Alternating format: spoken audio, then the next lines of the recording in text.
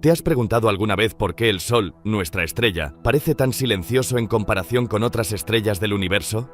Aunque el Sol es una enorme bola de plasma ardiente y radiación, emitiendo energía a niveles inimaginables, desde nuestra perspectiva es sorprendentemente calmado y constante. ¿Qué secretos esconde esta aparente serenidad? Si no te quedas hasta el final, podrías perderte la fascinante verdad sobre cómo el Sol mantiene esta tranquilidad y lo que esto significa para la vida en la Tierra. Este conocimiento puede cambiar tu perspectiva sobre el universo y nuestro lugar en él. En solo unos minutos, descubrirás los misterios que hacen del Sol una estrella única en su clase. ¿Estás listo para explorar el lado más intrigante de nuestra estrella más cercana? Vamos a desentrañar este enigma juntos.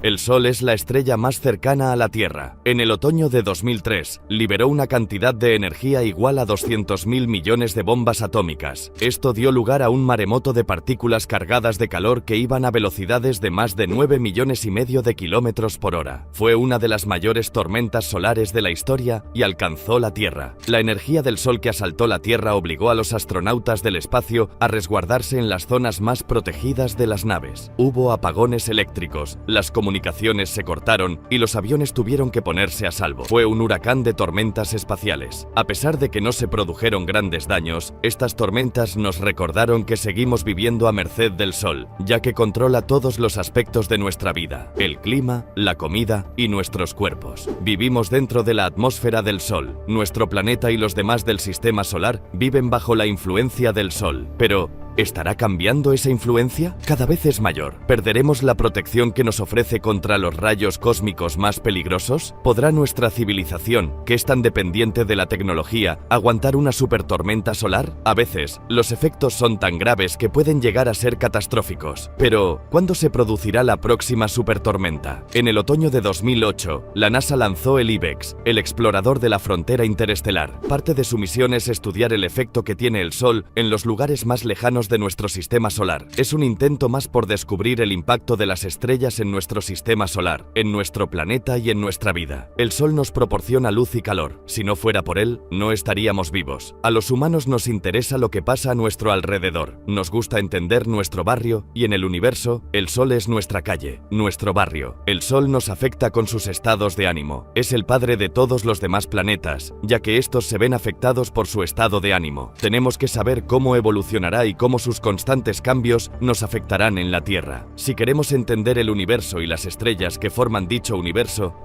es importante estudiar la que tenemos más cerca. Hemos aprendido más del Sol en los últimos 40 o 50 años que en toda la historia. Esta edad de oro de la investigación se originó con una misión única que nos ofreció imágenes cercanas del Sol desde la atmósfera terrestre. La zona estaría despejada durante 8 minutos. En 1973, Skylab fue la primera estación espacial con humanos y consiguió las mejores imágenes del Sol tomadas desde la Tierra. Fue uno de los primeros laboratorios dedicados solo a la investigación y el estudio del Sol. Se podría considerar el abuelo de las misiones de hoy en día. En la actualidad, una flota de 20 sondas espaciales escanean y estudian el Sol de formas que hace 30 años eran inimaginables. Al estudiarlo desde el mismo espacio, podemos verlo de manera diferente y con distintas longitudes de onda, desde los rayos X a la radiación ultravioleta extrema. Además, podemos analizar sus capas y entender cómo y por qué el Sol actúa tal y como lo hace. Las diferentes longitudes significan diferentes temperaturas y hay estructuras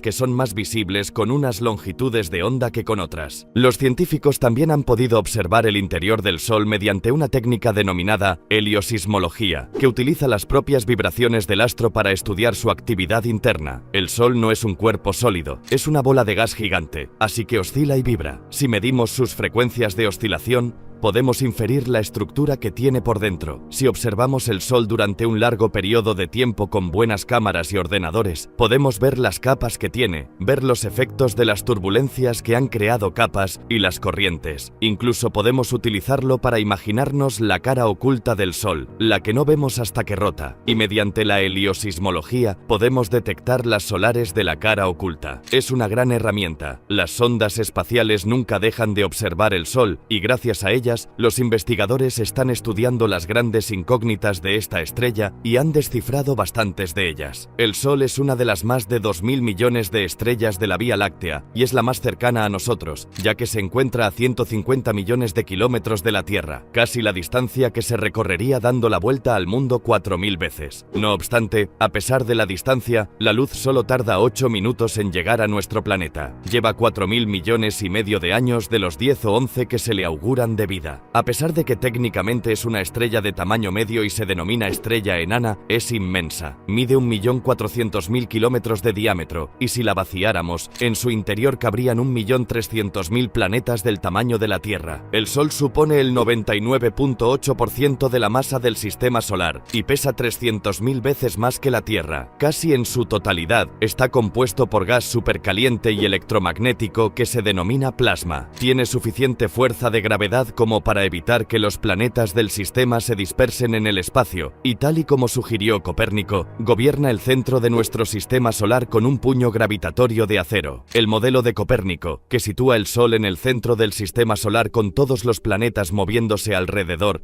deshaciéndose de la idea de que todo giraba en torno a la Tierra, supuso un gran cambio paradigmático. Con él, el Sol se convirtió en lo más importante de nuestro sistema, y nos hizo ver que teníamos que entender lo que era el Sol.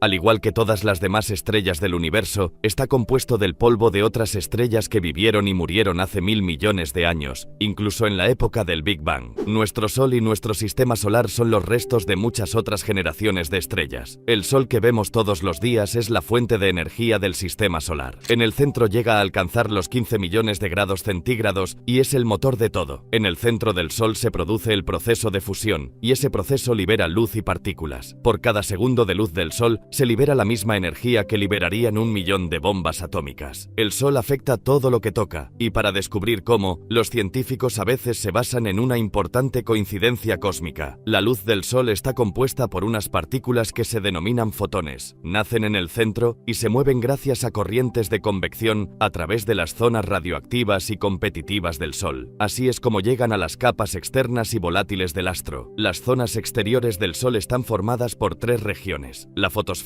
o superficie del Sol no se trata de una superficie dura como la de la Tierra. El Sol es todo gas. La temperatura de la fotosfera es de unos 5.500 grados. Por encima de la fina capa de la fotosfera hay otra delgada capa denominada cromosfera, que está un poco más caliente que la fotosfera. Es extraño porque lo lógico es pensar que, cuanto más lejos esté de la fuente de energía del centro, la temperatura caerá. Pero de la fotosfera a la cromosfera la temperatura aumenta, y asciende incluso más al llegar a la tercera capa de la atmósfera, la corona. Después de la cromosfera hay una amplia zona denominada corona, que está a millones de grados. El Sol produce un influjo de energía constante denominado viento solar. Como nunca deja de soplar, reparte energía por todo el sistema solar, y su alcance es de unos 15 trillones de kilómetros, bastante más allá de Plutón. El espacio existente entre los planetas de todo el sistema solar no está vacío, está lleno de partículas y de rayos de luz. Mientras el viento solar se separa del Sol, la gravedad de este mantiene todo a la distancia a la que está. Fijémonos en los cometas. Todos ellos orbitan alrededor del Sol y pueden ser atraídos directamente a la línea de fuego. No hace mucho, los científicos fueron testigos de uno de los peores ataques solares. Una inyección de una zona de la corona arrancó la cola de un cometa. Cuando chocó contra el cometa, le arrancó la cola como si la hubiera cortado con un cuchillo.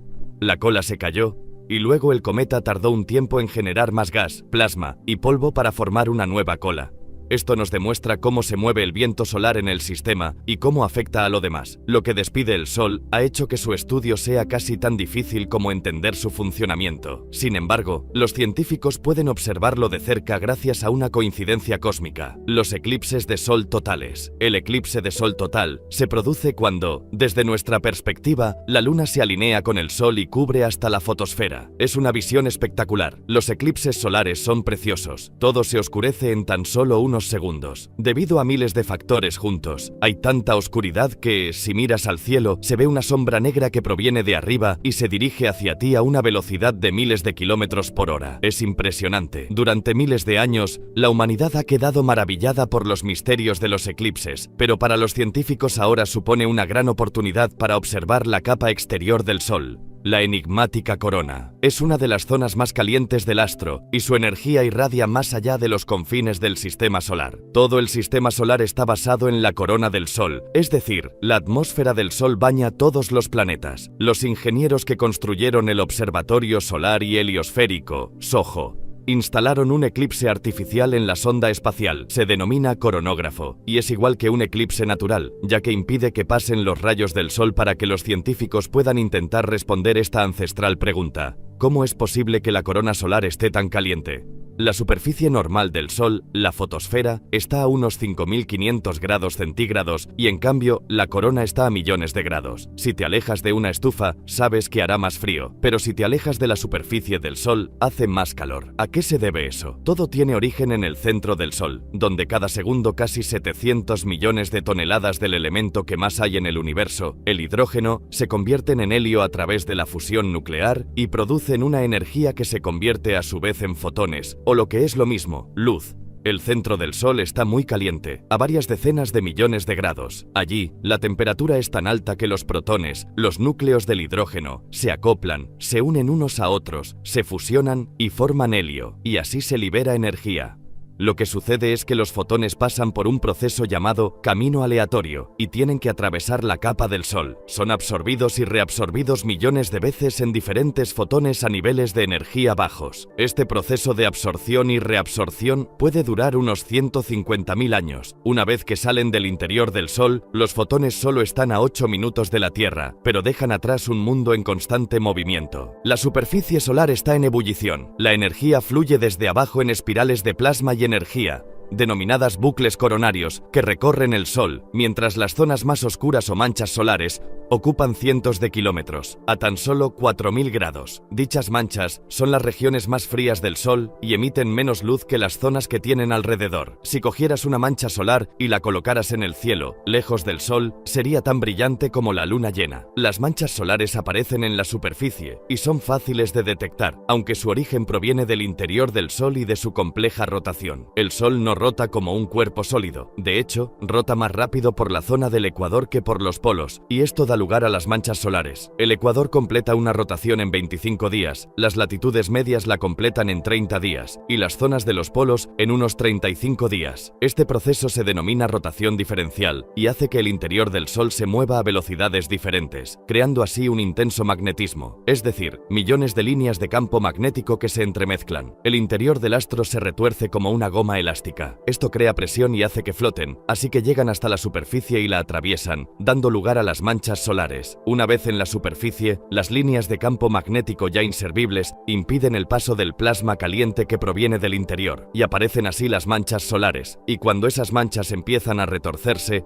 imaginemos que hay una mancha aquí y otra aquí, y hay un campo magnético que conecta las dos. Ese campo magnético se retuerce y hace lo que haría una goma elástica. Sale disparado. Cuando sale disparado, libera energía, y en el caso del Sol y de las erupciones solares, se trata de grandes cantidades de energía. Las líneas de campo magnético, que vienen dadas por los movimientos de las manchas solares, a pesar de ser invisibles, se pueden observar en las dramáticas formaciones de la superficie solar, ya que producen erupciones y prominencias. Aquí es donde se origina la del Sol, ya que la ruptura de estas líneas de campo magnético libera grandes cantidades de energía al sistema solar desde la estrella más cercana a nosotros. Estas líneas de campo magnético son las que se esconden detrás de la mayoría de las teorías sobre por qué la corona tiene temperaturas más altas que la superficie. Está claro que tiene algo que ver con las líneas de campo magnético que calientan la corona, pero es posible que haya ondas en los campos magnéticos que transporten la energía de debajo de la superficie solar hasta la corona. La sonda espacial Hinode, que significa amanecer en japonés, se lanzó en 2006 y su misión es estudiar la interacción entre las líneas de campo magnético y la corona. Recientemente ha recogido imágenes de una de las ondas que podría ser responsable del calentamiento de esta enigmática región, las ondas de Alfvén. Las ondas se producen en el plasma, el gas ionizado amenazado por un campo magnético. Además, se cree que estas ondas de Alfvén podrían transportar energía turbulenta desde el interior del el Sol hasta la corona, y que dicha energía podría calentarla. Las energéticas ondas de Alfvén que provienen del interior del Sol podrían llegar a la superficie y provocar la vibración de las líneas de campo magnético. Gracias a la vibración y la oscilación, se friccionan con el plasma magnetizado que rodea la corona, y a través de la fricción se produce el calentamiento. Este calor que libera la corona es lo que calienta el espacio y llena el sistema solar de energía. Día tras día, a nosotros nos parece que el Sol es siempre igual, pero igual que la Tierra, el Sol tiene estaciones, el mínimo solar y el máximo solar, dos personalidades diferentes que pueden afectar a la tecnología e incluso al clima. El periodo de transición entre los mínimos solares se denomina ciclo solar, y se trata de un periodo medio de 11 años, en el que la actividad solar llega a sus máximos y luego vuelve a empezar. La principal medida del ciclo de la actividad solar es el número de manchas solares que se ven en su superficie. Durante el mínimo solar, el periodo de menor aparición de manchas, la actividad solar es limitada. Cuando las manchas solares llegan a la superficie durante el máximo solar, la energía del Sol llega a más distancia. Cuando hay muchas manchas solares, hay muchas erupciones y eyecciones de masa coronal. El aumento de la actividad solar mejora la conexión entre el Sol y la Tierra. La energía que desprende el Sol puede provocar alteraciones en el entorno de la Tierra. La Tierra está rodeada por la atmósfera solar y lo que pasa en el Sol afecta a la Tierra. Eso es lo que llamamos clima espacial. Ahora se pretende realizar partes meteorológicos precisos del clima espacial, pero puede ser una tarea bastante complicada. El Sol es turbulento, sobre todo durante el máximo, cuando se produce el mayor número de tormentas solares. Durante el máximo solar, el campo magnético de la corona se complica mucho, y hay campos magnéticos por todas partes, incluso cerca de los polos. Puede haber eyecciones de masa coronal, erupciones y tormentas solares varias veces al día. Las erupciones solares y las eyecciones de energía cercanas a las manchas solares recaen en el espacio como un rayo rápido y poderoso. Pueden aparecer en cuestión de minutos y pueden liberar la misma cantidad de energía que 1000 millones de megatoneladas de dinamita. Las erupciones solares liberan gigantescas cantidades de energía solar desde pequeñas zonas localizadas de la superficie de nuestro astro, así que son inyecciones muy concentradas de energía que calientan el gas que tienen alrededor a unos 10 millones de grados. Las erupciones solares son como latigazos, liberan mucha energía muy rápido y aceleran las partículas casi a la velocidad de la luz. Las partículas de las erupciones solares más potentes pueden llegarnos en unos 15 minutos, pero el huracán solar del espacio aparece con las eyecciones de masa coronal. Estas gigantescas explosiones liberan 1000 millones de toneladas de gas supercaliente y plasma al espacio interestelar. Las eyecciones de masa coronal se producen cuando la superficie solar despide una inmensa cantidad de masa y energía. Tenemos que imaginar esta inmensa cantidad de masa y energía viajando desde el Sol a gran velocidad, a veces a más de 1.600.000 kilómetros por hora. Lanzan unas burbujas gigantes de gas caliente y campos magnéticos que salen tan rápido del Sol que producen una onda expansiva. Son las que crean las tormentas y son muy importantes para entender el clima espacial. Las ondas espaciales con los ojos han capturado imágenes del Sol lanzando grandes cantidades de energía al espacio, pero a los científicos lo que más les preocupa es el denominado efecto halo, cuando una corona de energía rodea el coronógrafo. Esto significa que el Sol ha lanzado su mayor explosión hacia la Tierra, y eso fue lo que sucedió en las intensas tormentas solares de 2003. La mayor eyección solar de la que se tiene constancia tuvo lugar durante estas tormentas. Poco después de la explosión inicial proveniente del Sol, SOHO recibió un bombardeo de partículas solares cargadas, protones y electrones, que sobrecargaron la cámara y consiguieron que la imagen no se viera. Lo que ves es una especie de nieve. Se ven como copos brillantes que son las partículas aceleradas por la eyección de masa coronal chocando contra la cámara de SOHO. Si los astronautas no están preparados para ellas, las tormentas solares pueden causarles bajas, ya que se verán expuestos en unos segundos a la radiación que normalmente se recibe durante un año en la Tierra.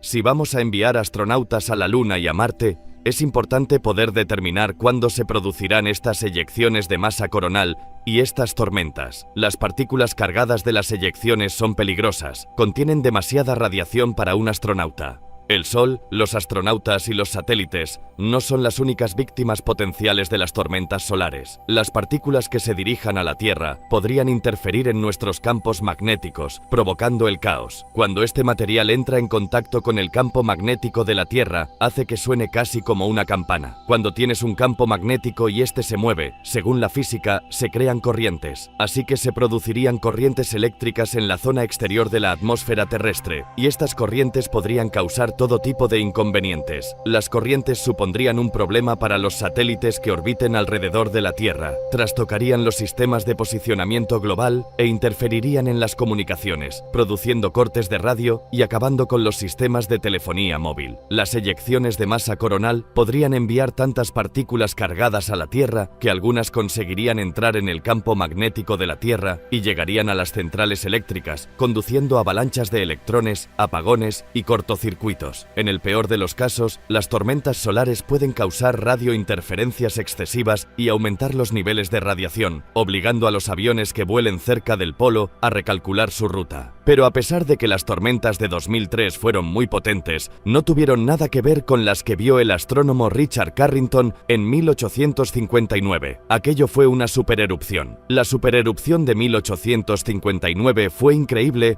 porque antes de aquel momento no sabíamos ni que las erupciones existían a simple vista, y para que pudiera verlo así, tuvo que ser una erupción inmensa. Hay constancia de que algunas líneas de telégrafos funcionaron sin electricidad. Es probable que no veamos otra así en nuestra vida. Aunque es difícil asegurarlo, a veces el Sol nos ha sorprendido. Si hoy en día nos alcanzara una tormenta así, según un estudio reciente, millones de personas se quedarían sin electricidad durante meses. La mayoría de las infraestructuras eléctricas y los sistemas de suministro eléctrico del mundo quedarían inutilizables. Los transformadores sufrirían subidas de tensión y gran parte de la población mundial quedaría sin electricidad durante meses, lo que costaría inmensas cantidades de dinero. Se ha estimado que unos 2.000 millones de dólares, pero no lo sabremos hasta que no pase. Cuanto más nos avisan, más podemos hacer para reducir el impacto económico, que es una de las razones por las que estudiamos el Sol. Estamos empezando a entender mejor cómo y cuándo pasan, aunque todavía no podemos predecirlas. No obstante, hay todo un campo que se denomina clima espacial, y gracias a esto podríamos entender, predecir y decir a los astronautas cuándo vienen las tormentas para que se puedan resguardar y poner los satélites a salvo. Las empresas de electricidad ahora podrán actuar si saben que van a pasar estas cosas. Podrán intentar que las centrales no sean tan susceptibles a los daños. Desde que se lanzó la misión Estéreo, el Observatorio de Relaciones Solar Terrestres, los científicos están más cerca de poder predecir las tormentas. Este par de sondas les permite ver el Sol en 3 dimensiones. Ahora, cuando una de estas eyecciones de masa coronal se dirige hacia nosotros, vemos todo desde los laterales, así que sabemos la velocidad a la que va y su estructura. En 2011, las sondas Estéreo llegarán al punto ideal, se quedarán en los 2 lados del Sol y permitirán a la NASA tener unas vistas de 360 grados. Así podrán ver lo que viene de la cara opuesta del Sol antes de que impacte en la Tierra. Por primera vez podremos ver el Sol por todas partes, y esto nos permitirá ver todo lo que pasa en el Sol a la vez. Así podremos predecir este tipo de tormentas. El máximo solar es duro porque aumenta la temperatura del clima espacial.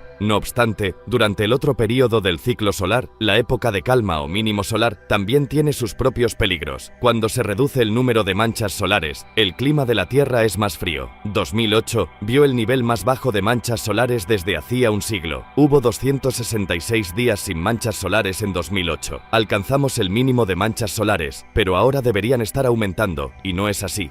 Esto puede significar que este periodo de pocas manchas solares será más prolongado. Según los científicos, los anteriores periodos en los que se han alcanzado mínimos de manchas solares han hecho descender la temperatura de la Tierra. De vez en cuando, el ciclo de la actividad de las manchas solares parece desaparecer o atenuarse. Esto ya sucedió entre 1650 y 1700. Solo tenemos constancia de unas 50 manchas, cuando normalmente en el mismo periodo de tiempo había decenas de miles. En ese periodo, disminuyeron muchísimo las manchas solares. Se denominó periodo de Maunder. El Sol estaba muy tranquilo y eso vino acompañado de temperaturas más bajas de lo normal en la Tierra. En Europa se produjo una mini edad de hielo durante esas décadas. Gracias a la atmósfera del Sol que la envuelve, la Tierra está a salvo de los mortales rayos cósmicos. A pesar de que el poder del Sol nos protege, también puede dañarnos. La vida en la Tierra es posible tan cerca del Sol gracias en parte a la capa de ozono. Pero, ¿qué pasaría si nos quedáramos sin ella? Si la Tierra perdiese gran parte de la capa de ozono, la radiación ultravioleta del Sol Sol penetraría a través de la atmósfera y llegaría a la superficie de la Tierra. Las enormes cantidades de rayos ultravioletas del Sol eliminarían rápidamente los elementos más básicos de la cadena alimenticia. Nos quedaríamos sin plantas y luego sin animales. Si nos llegasen grandes cantidades de luz ultravioleta, la vida en la Tierra desaparecería. ¿Y qué podría conseguir que la capa de ozono desapareciera? Algo de lo que supuestamente nos protege el Sol: los brotes de rayos gamma. Los brotes de rayos gamma son intensos y rápidos flashes de la radiación más potente que se conoce. Los rayos gamma, los fenómenos más potentes del universo, liberan en segundos la misma cantidad de energía que emitirá el Sol en toda su vida. Ocurren cuando mueren estrellas gigantes o cuando colisionan. Se pueden originar gracias a cualquier proceso extremo, como puede ser el choque de una estrella gigante contra un agujero negro. Se producen en algún lugar del cielo, se da uno al día y vienen de muy, muy lejos. La mayoría están a miles de millones de años luz de distancia, pero solo a 8000 años luz, en la constelación de Sagitario, con un movimiento en espiral, aguarda una bomba potencial,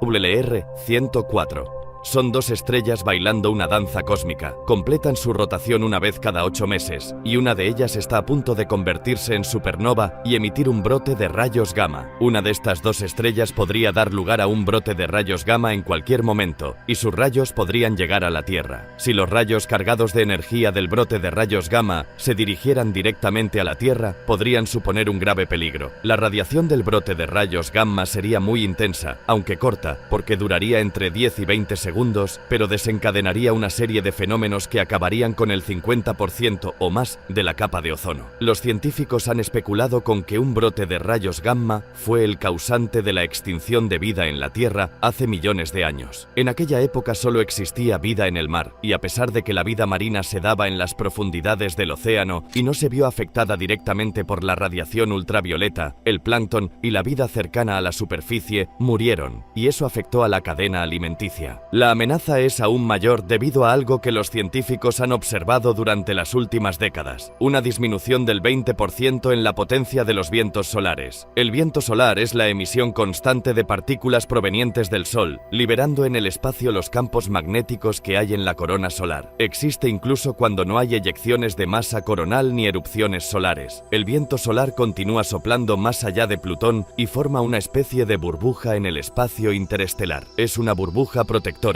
porque los campos magnéticos nos protegen de las partículas cargadas que vienen de fuera. Normalmente, los vientos solares soplan en todas direcciones a velocidades de 1.600.000 km por hora, y así reparten el invisible campo magnético del Sol. Además, forman una barrera contra intrusiones intergalácticas para el sistema solar: la heliosfera. La heliosfera es la frontera donde los vientos solares chocan con el espacio interestelar, así que es la capa que cubre todo lo que rodea al Sol y al sistema solar y protege al planeta Tierra de los vientos interestelares. Recientemente, los científicos han descubierto que la heliosfera se está encogiendo y debilitándose. Se sabe que la presión del viento solar ha disminuido en los últimos 25 años. De hecho, la heliosfera, la zona donde la presión del viento solar se termina, se ha encogido. Una heliosfera más débil aumenta las posibilidades de que la Tierra se vea expuesta al peligro y a los ataques de materiales cósmicos intergalácticos. Si hay menos vientos solares, la heliosfera disminuirá y será más fácil que los rayos cósmicos entren en el sistema solar. De hecho, el número de electrones cargados de energía, una pequeña pero importante característica de los rayos cósmicos que hay alrededor de la Tierra, ha aumentado en un 20%. Parece que los electrones de los rayos cósmicos han aumentado, y es lo normal si los vientos solares han disminuido en un 20 o un 30% durante los últimos 50 años. La burbuja ha menguado, y lo lógico es que los rayos cósmicos hayan aumentado. Lo bueno es que vivimos en un planeta con una atmósfera y un campo magnético densos, así que tenemos dos tipos de escudos que nos protegen. Tras miles de millones de años, el Sol y la Tierra han desarrollado el equilibrio perfecto para que la vida sea posible en nuestro planeta. El sistema solar se encuentra en la zona de habitabilidad estelar, ni muy caliente ni muy fría. El Sol nos proporciona la luz necesaria, el calor necesario y la energía suficiente para que exista nuestro planeta y la vida en él. El Sol hace posible todo lo que hay en la Tierra. El Sol es la fuente de alimentación de la Tierra, es decir, toda la energía que produce el Sol calienta la Tierra. Esto da lugar a nuestro clima, controla nuestro clima. El Sol es básicamente la fuente de energía, nuestra batería, lo que controla todo el entorno de la Tierra. Tierra. Las plantas aprovechan la energía del sol a través de la fotosíntesis y creando carbohidratos. La gente y los animales consumen dichos carbohidratos convirtiéndolos en energía que podemos utilizar. Incluso, los combustibles fósiles, que son la base de nuestra vida, han sido creados por el sol. Pero nuestro uso exacerbado de dichos combustibles parece estar deteriorando el equilibrio existente entre el sol y la Tierra. Debido a que todos los materiales vivos reciben su energía del sol, el sol es la fuente de todos los combustibles fósiles, ya sean los árboles o cosas que han quedado entre las rocas y han ido transformándose a lo largo de millones de años en los hidrocarburos que nosotros conocemos. Hemos recolectado y luego hemos utilizado los combustibles fósiles que quemamos hoy en día, liberando la energía del sol de hace millones de años, poniendo en peligro el equilibrio entre nuestro planeta y su estrella más cercana. Si quemamos todo, la atmósfera cambiará hasta llegar a ser irreconocible mucho antes de que llegue el punto en que nos quedemos sin combustible fósil. Ya hemos visto el efecto del exceso de energía solar gracias al aumento de temperatura global. La liberación de millones de toneladas de antigua energía solar almacenada en los combustibles fósiles ha amplificado el proceso natural necesario y ha producido el llamado efecto invernadero. Mucha gente cree que el efecto invernadero es malo, pues no lo es, porque mantiene la Tierra caliente. Sin él, los océanos se helarían. Lo malo es que haya demasiado efecto invernadero. Si hay demasiado dióxido de carbono, vapor de agua y metano en la atmósfera de la Tierra, esos gases atrapan demasiada radiación solar y entonces aumentan la temperatura media del planeta y producen el calentamiento global. Eso podría causar el deshielo de los casquetes polares y el aumento del nivel del mar, lo que sería un desastre si sucediera demasiado rápido. Así, la atmósfera no solo recogería más calor, sino que podría empezar a descomponerse. El uso continuo de la energía solar fosilizada podría producir cantidades no deseadas de radiación solar. Ahora mismo, nuestra capa de ozono evita el paso de la mayoría de los rayos ultravioletas del sol y permite que llegue la luz suficiente que nos aporta lo necesario para vivir. Cuando la luz del sol interactúa con nuestra piel, produce vitamina D, que es muy útil. La vitamina D nos protege de un gran número de enfermedades, incluidas las enfermedades de corazón y la osteoporosis. Pero aquí también se produce un desequilibrio. Demasiado sol puede alterar nuestro ADN y provocar cáncer de piel. Para mantener el equilibrio entre el sol y la tierra que permite la existencia de la vida, habría que reducir el uso de la antigua energía solar y aumentar el de la energía que libera el sol a diario. En definitiva, el sol libera 86.000 millones de megavatios de energía. Es decir, nuestro astro libera en 15 minutos toda la energía que se consume en la Tierra durante un año. Por ello, la explotación de esta fuente de energía ha sido el objetivo de los científicos durante años. El tamaño de este satélite solar no tiene precedentes. Se trata de una infraestructura de entre 55 y 65 kilómetros cuadrados, cubierta con células solares que capturan la energía del astro durante las 24 horas del día y la envían a la Tierra. La NASA todavía no ha conseguido algo de esta escala, pero su trabajo en lo que respecta a la tecnología solar en el espacio ha mejorado la tecnología del planeta. Las células solares forman parte de un tipo de tecnología que ha llegado a la Tierra desde el espacio. Cuando empezamos a trabajar en los programas Apolo, Mercury y Géminis, necesitábamos centrales eléctricas en el espacio, así que las células solares fueron una fuente natural de electricidad. En la actualidad, existen dos formas de aprovechar la energía solar: la energía solar térmica, que convierte la energía del sol en calor, la concentra y con ella mueve turbinas, y las placas solares, que utilizan una tecnología basada en el silicio que convierte su energía en electricidad.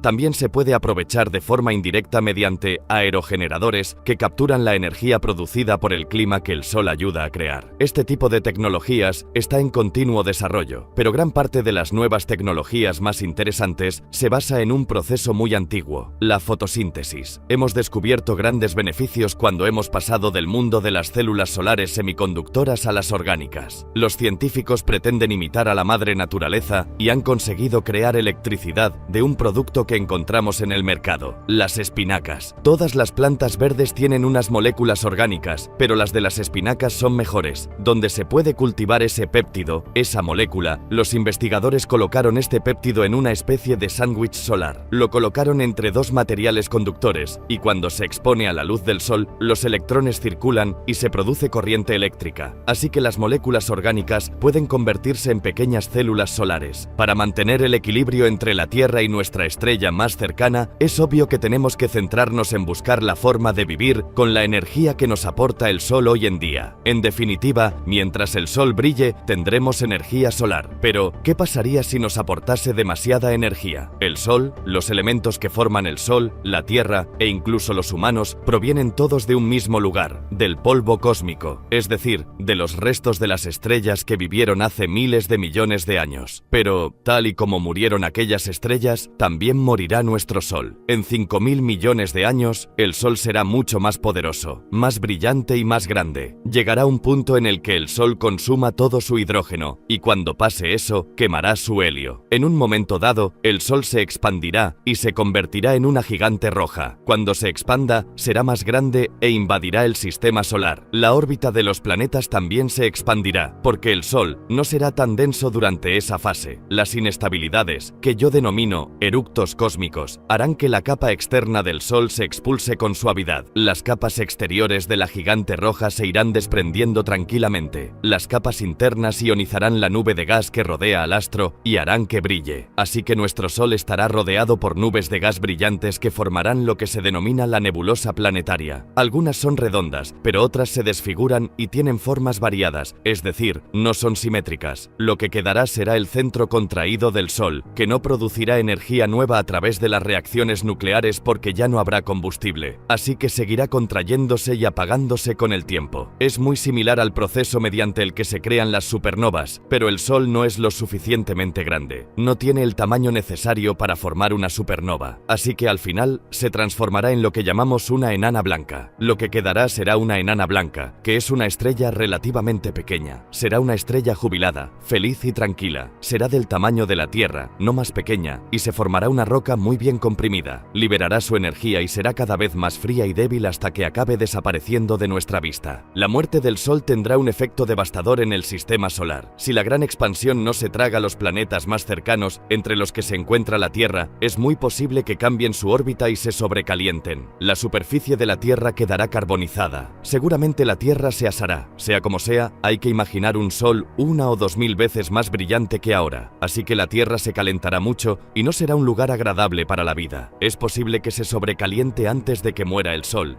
porque el Sol se calentará antes de convertirse en gigante roja y hacerse más grande que la órbita de la Tierra. Se calentará en algún momento, y en la Tierra hará tanto calor que el agua hervirá, los mares se evaporarán y la vida tal y como la conocemos dejará de existir. Si quedase cualquier cosa en la Tierra, el Sol se encogería hasta convertirse en una enana blanca, y entonces la Tierra se congelaría en vez de calentarse. No será un sitio apto para la vida. Esto sucederá dentro de miles y miles de millones de años. Solo hace unos 50 años que tenemos cohetes y satélites en el espacio, y hablamos de miles de millones de años. Así que, como mínimo, habremos viajado por el sistema solar y habremos visto sitios donde la temperatura sea como la de la Tierra ahora, o incluso habremos llegado a sitios que estén más allá del sistema solar. Con lo cual, yo no me preocuparía por lo que le va a pasar al Sol en 5.000 millones de años. El Sol nos dio la vida y es posible que nos la quite. A pesar de que la Tierra morirá, de alguna forma lo que hay en ella podrá seguir viviendo. El polvo cósmico que dio la vida a la Tierra y a sus moradores, algún día podrá convertirse en el polvo de estrellas que origina una nueva generación de planetas, estrellas y vida. En el fondo, somos polvo de estrella. Los científicos imaginan lo inimaginable y concluyen algunas ideas locas acerca de cómo terminará. Este es el fin del universo. El fin del universo. Una batalla está en progreso en los más lejanos confines del universo. Nadie puede verlo,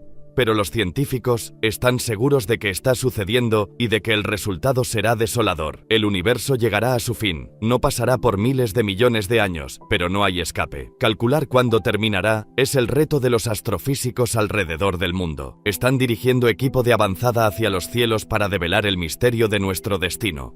Las posibilidades son aterradoras. Una opción: la gravedad arrastra al universo de regreso sobre sí, parecido a lo que pasa al soltar un globo inflado. El universo vuelve a su tamaño original. Es el gran aplastamiento. Sería el fin del universo en una inmensa bola de fuego mientras toda la materia colapsa sobre sí misma. Sería muy dramático. Luego está el gran enfriamiento. El universo se expande hasta que los hornos nucleares que alimentan a todas las estrellas se queman. el universo se enfría y muere. Una segunda posibilidad. De hecho, es algo triste. El universo continúa expandiéndose para siempre y simplemente se vuelve cada vez más frío y solitario a medida que la expansión aleja a nuestros vecinos más cercanos y terminamos siendo una única comunidad aislada de estrellas y galaxias. Por otra parte, podría haber un final mucho más espectacular, en donde todo es despedazado hasta el último átomo. Algo así como un globo que se infla con demasiado aire y revienta. Es mucho más dramático que el gran enfriamiento y tan fatídico como el gran aplastamiento. El universo continúa expandiéndose, pero a un paso cada vez más acelerado. De hecho, la velocidad es tal que inclusive la trama del tiempo y del espacio no logra mantener unido al universo. Sea cual sea la forma, la conclusión será dramática. Para comprender cómo podría terminar, los científicos se enfocan en cómo comenzó. El misterio empieza a resolverse aquí, en el observatorio del Monte Wilson, con vista a Pasadena, California. En 1929, al ver a través del que solía ser el telescopio más grande del mundo, Edwin Hubble hizo un descubrimiento extraño. El universo se expande. El hallazgo de Hubble nos brindó una imagen totalmente nueva del universo, un ambiente dinámico que evolucionaba y cambiaba con el tiempo. Eso es distinto de la imagen que la gente tenía de la cosmología previamente. Antes, los científicos decían que el universo era estático y constante. El descubrimiento de que el universo se expande implicaba que tenía un punto de partida, un principio. Eso impulsó la idea de que, si corriéramos la película hacia atrás en el tiempo, encontraríamos el punto en que inició. De allí surgió la idea del Big Bang, la fracción de segundo en que el universo y todo lo que contiene surgió con un estallido desde un punto más pequeño que un átomo. Una idea errónea común acerca del Big Bang es que podemos identificar un lugar en el espacio en que ocurrió, pero, de hecho, es más apropiado pensar en el Big Bang como una creación simultánea en todas partes del universo que luego continúa expandiéndose hasta ahora. Si el universo ha estado expandiéndose desde el Big Bang, los científicos deben tomar en cuenta que dejará de expandirse en algún momento. La pregunta es ¿cómo? La respuesta más obvia tiene que ver con la gravedad. Lo que sube, tiene que bajar. Las estrellas, galaxias y todo lo demás podrían revertir su dirección, y el universo podría colapsar en lo que algunos científicos llaman el gran aplastamiento. Un modelo de cohete ofrece pistas acerca de cómo funcionaría el universo. El cohete es como el universo expandiéndose en el espacio tras un golpe inicial que le permite vencer la atracción de la gravedad. El estallido del motor pone el cohete en movimiento desde su torre de lanzamiento.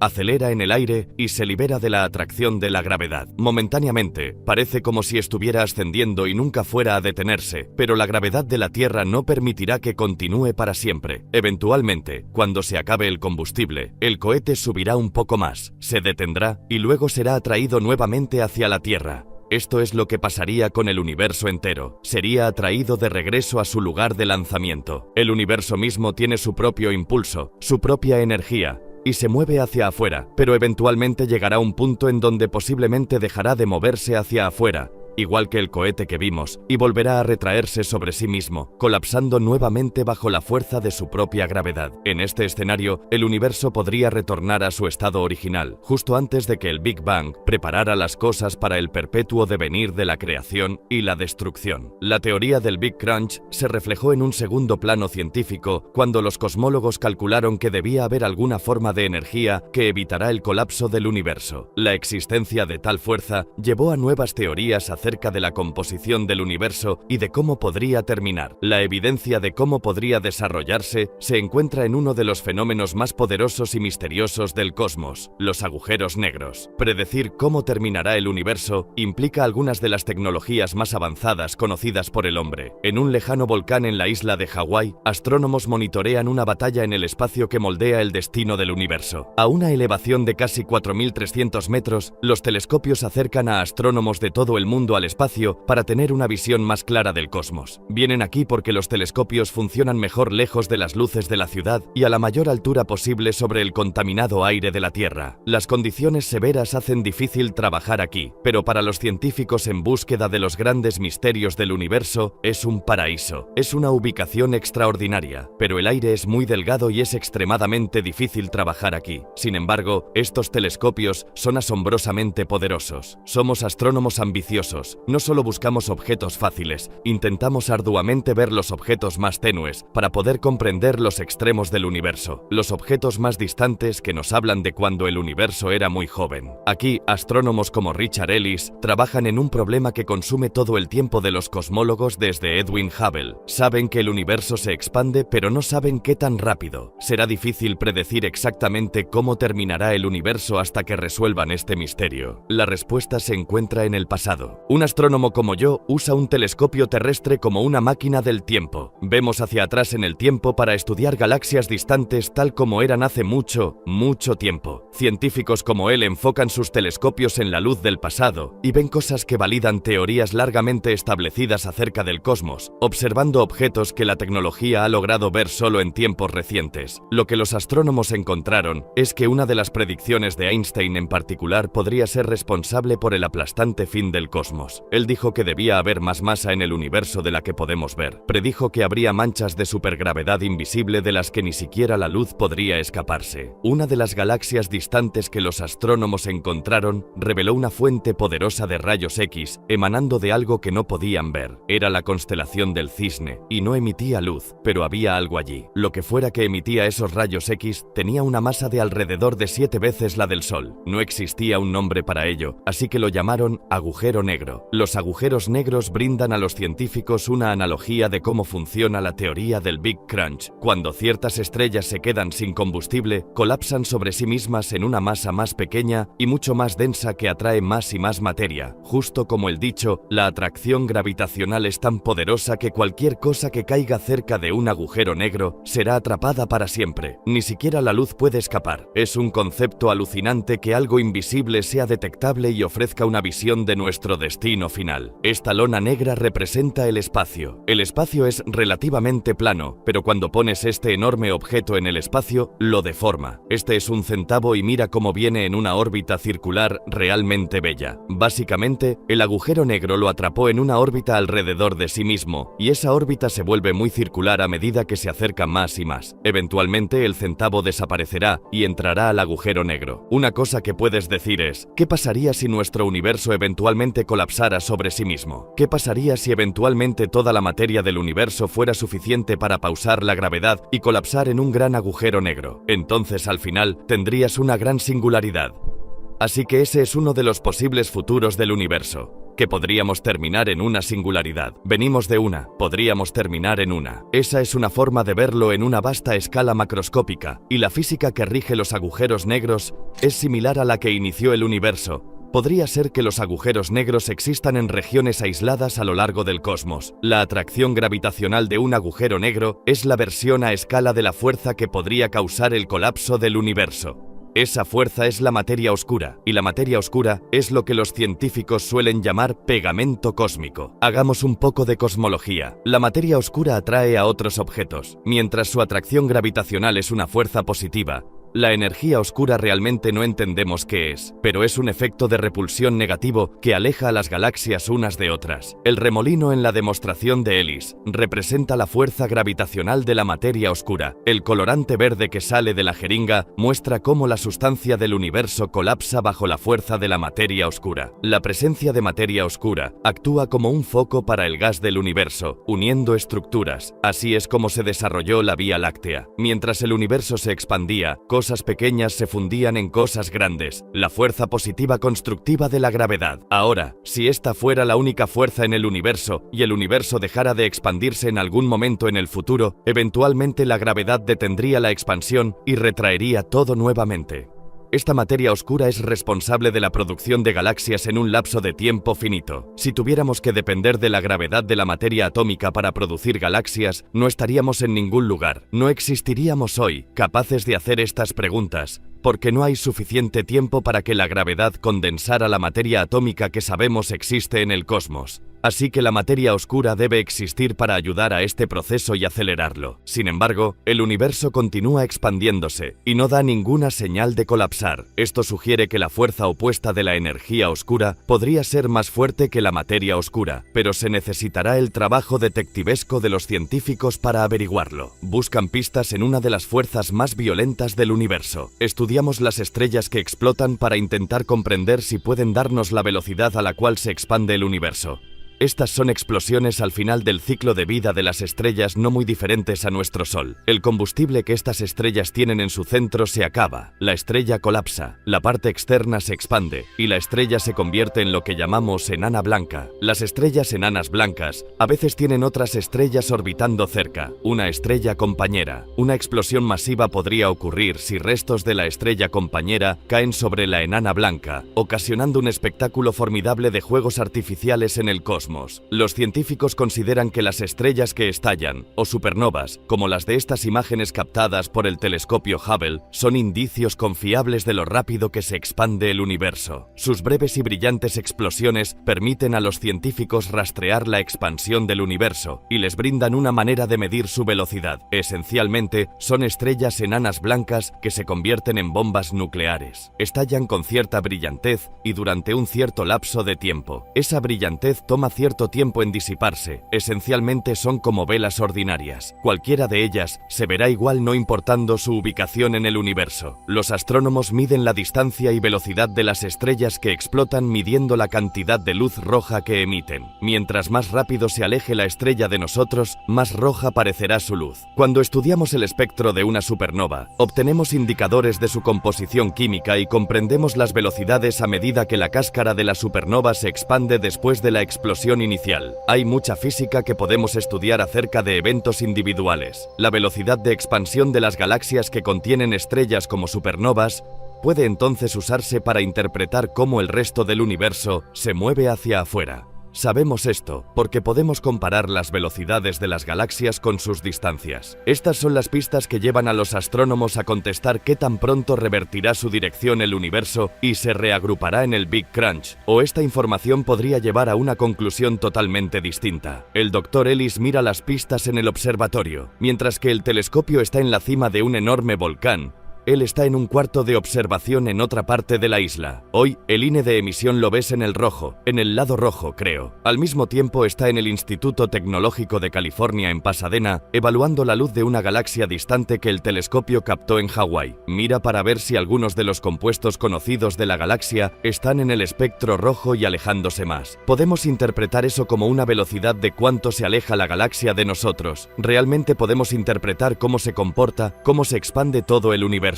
Interpretar el desplazamiento rojo es la piedra angular de la búsqueda para averiguar el destino del universo. Ha sido solo recientemente que se pueden obtener imágenes más claras del universo, que llevaron a los cosmólogos a concluir que el desplazamiento rojo de las galaxias distantes es mayor de lo que se predijera anteriormente. Esto es asombroso. El universo no solo se expande, sino que se acelera. Nada en el cosmos observable explica un universo que se acelera. Sin embargo, los datos parecen irrefutables. Esto debe significar que una fuerza invisible trabaja en contra de la gravedad. Los cosmólogos idearon un nombre: energía oscura. Cuando el universo era joven, la gravedad era la fuerza más dominante. Lo que vemos aquí son galaxias como partículas de la superficie del agua, unidas por la gravedad. Y en algún momento, hace unos 7.000 millones de años, la energía oscura y la gravedad estaban bastante equilibradas. Pero el universo continuó expandiéndose y la densidad disminuyó. Así que la energía oscura empezó a dominar. Y he aquí, ahora el universo empieza a acelerarse. Así que la energía oscura es la propiedad dominante del espacio ahora. El universo inició con cierta cantidad de energía, y sabemos que, a medida que se expande, también se mueve hacia afuera con el tiempo. También sabemos que la expansión del universo se acelera. Lo que no sabemos es si esa aceleración aflojará el paso o no. Estamos intentando comprender eso. Para comprender lo que pasará con el destino del universo, debemos saber cuánta energía existe, ¿Cuánta materia existe? La historia del universo realmente es una batalla entre la materia oscura y la energía oscura. Ambas fuerzas son opuestas, así que tanto la historia del universo como su destino final son en realidad la competencia entre ambas fuerzas. La teoría del Big Crunch fue el resultado de la interpretación de los científicos de que la materia oscura es la fuerza dominante, pero los astrónomos ahora sospechan que la energía oscura podría ser mucho más fuerte. De ser así, el fin podría ser dramático y violento. Destroza sistemas solares, destroza estrellas y eventualmente se vuelve tan fuerte que destroza la materia misma, rompe vínculos, separa átomos y reduce todo a partículas fundamentales. Y eso es el fin del universo, la batalla entre la materia oscura, la fuerza que mantiene unido al universo, y la energía oscura.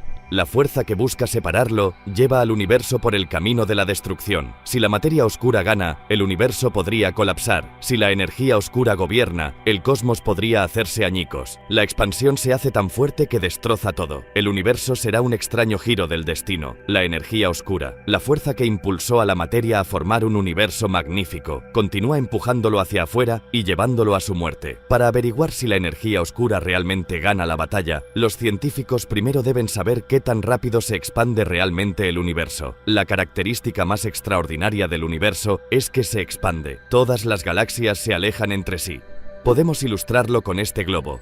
Mientras lo expandimos, vemos que cada punto dibujado en este globo, como el cielo nocturno, se aleja de todos los demás puntos. Pero hay algo más que sabemos del universo, algo más que sabemos de la expansión. Es que la expansión se acelera, el universo se acelera, el tamaño del universo crece cada vez más rápidamente y no sabemos exactamente qué tan rápido se acelera, pero sí se acelera suficientemente rápido. Algo verdaderamente dramático podría suceder. El universo podría acabar destrozándose en un gran desgarrón. Esto es perfecto. Es fantástico que prepararas esto. Es como una versión gigante de la demostración que hago en clase. El Dr. Robert intenta un experimento terrestre para mostrar cómo la energía oscura afecta la aceleración del universo. Usa una pistola de bolas de pintura montada en un camión. Sí, y básicamente podríamos ajustar el ángulo de cualquier forma que quieras. ¿Qué opinas de eso? Creo que un poco más hacia el piso. Hace rodar el camión cuesta abajo. La gravedad de la Tierra tira del camión colina abajo, similar a la forma en que la energía oscura impulsa el universo hacia afuera causando su expansión. La gravedad tira del camión cada vez más rápido. La pistola dispara pintura contra el piso a intervalos regulares de un segundo. Mide la distancia entre las manchas de pintura para calcular qué tan rápido se acelerará el camión. Usará los datos de este experimento para ver cómo la fuerza de la gravedad se compara con la fuerza de la energía oscura en el cosmos. Empezamos a pensar en el gran desgarrón cuando se descubrió que la expansión del universo se aceleraba. El grado de aceleración es desconocido, y averiguar qué tan rápido crece la expansión es sujeto de gran esfuerzo por parte de los astrónomos actuales. ¿Cómo fue la evolución pasada del universo en detalle? Y si concluimos en base a ella, ¿cómo será la evolución futura del universo?